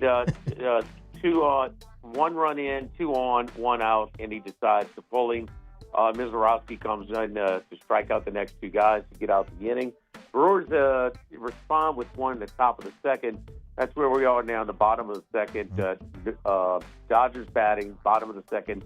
2 outs, nobody on, tied up, 1 apiece. I do love the late game tonight. Game starting about an hour in Seattle. Toronto got a game last night, 2-1 now the lead. But Matt Scherzer is lucky to be on the postseason roster. Yeah. His last outings, 5 innings, 4 earned runs, 2/3 of an inning, 7 earned runs, 5 innings, 2 runs, 4 runs in 4 innings, 4 runs in 4 innings, 4 runs in 6 innings. This is not a good matchup for the Toronto Blue Jays. And for some reason, maybe because he's a former Cy Young, he's a future Hall of Famer, but he is not close to what he used to be. Luis Castillo in a short price tonight. Love the Mariners at home in Game 4 tonight. Yeah, when I saw the pitching matchup, I was like, wait, what? Huh? Max Scherzer? All right, we'll see. Maybe he's got some magic left in there. We hope not, though, Otter, because we want to cash the minus 126. Thursday night football. A couple more older gentlemen there. Aaron Rodgers, Joe Flacco. What are we thinking? Yeah, man, it's the old guys bowl tonight. And, Mike Tomlin is the king of playing to the caliber of competition. He is, games where they're underdog, doesn't look like they have much of a shot. Somehow, some kind of way they pull out a win. When they're supposed to win, man, they screw around and find a way to lose. I'm not saying they're going to lose tonight. They could, but 1 minute remaining. There's way too many points tonight on the road against Cincinnati. Don't like that Henderson is out tonight for Cincinnati, but Pittsburgh giving up 6th most passing yards per game. Maybe Joe Flacco can move the ball enough to keep them close, like he did Sunday at Lambeau Field. Cincinnati plus 5.5. There's a boost at DraftKings on that game as well. Go ahead and take advantage of that. Otter, Football Friday, Rufino's tomorrow. Starts at 10 a.m. Charlie and Nixon breaking down the film. And then we got picks, and more picks for Friday. Football Friday, Lock of the Week Friday, presented by Tex Morris, live from Rufino's. Y'all get over there and see the guys over at Rufino's for Football Friday. Otter, we appreciate it. We'll talk to you next week, man. All right, Moose. Good luck. Good luck. That is Jimmy Ott. This has been After Further Review. Thank you to Lee Sterling. Thank you to Mike Triplet, Jordan, Paul. Appreciate y'all. This is Jordan's 3rd show of the day, man. He really carried it. Matt's back tomorrow for AFR on a Friday. After Further Review.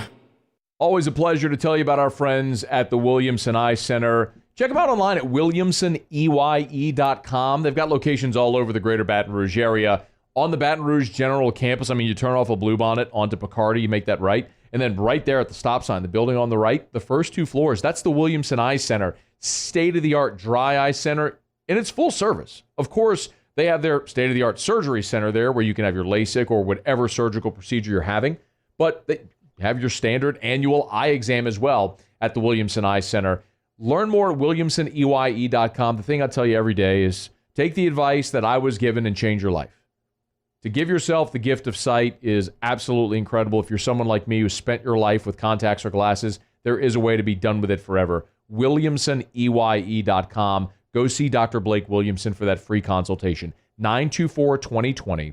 924-2020 or williamsoneye.com for the Williamson Eye Center.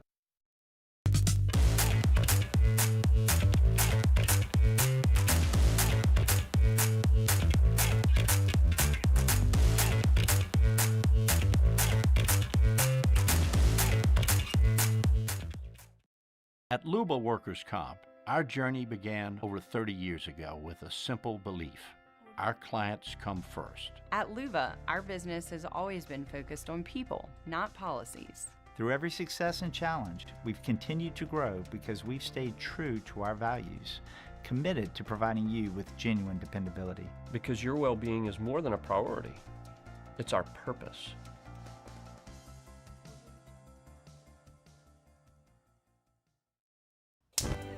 Looking for cleaner energy? Propane is energy for everyone. And when you're cooking with clean, affordable propane, you're cooking with gas. In the wintertime, nothing heats a home like Louisiana propane. And when you need hot water, propane's got you covered.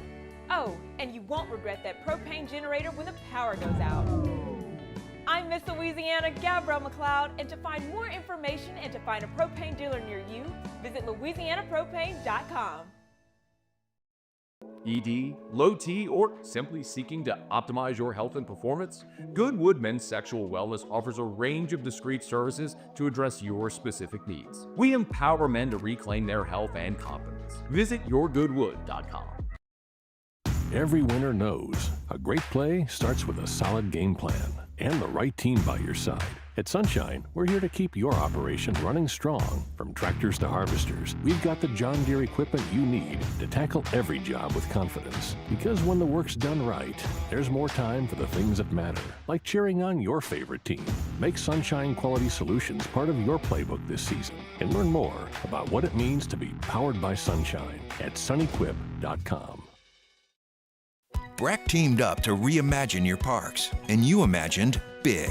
With your help, we went to work, creating 12 beautiful community parks across the parish. A family-sized water park, miles and miles of trails, and parks just for your dogs.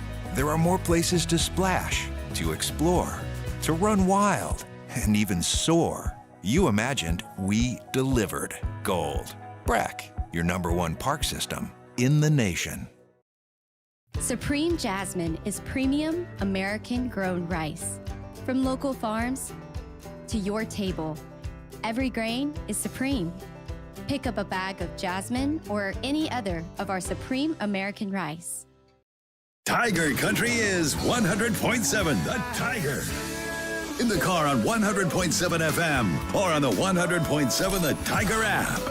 90s country and beyond. 100.7 The Tiger.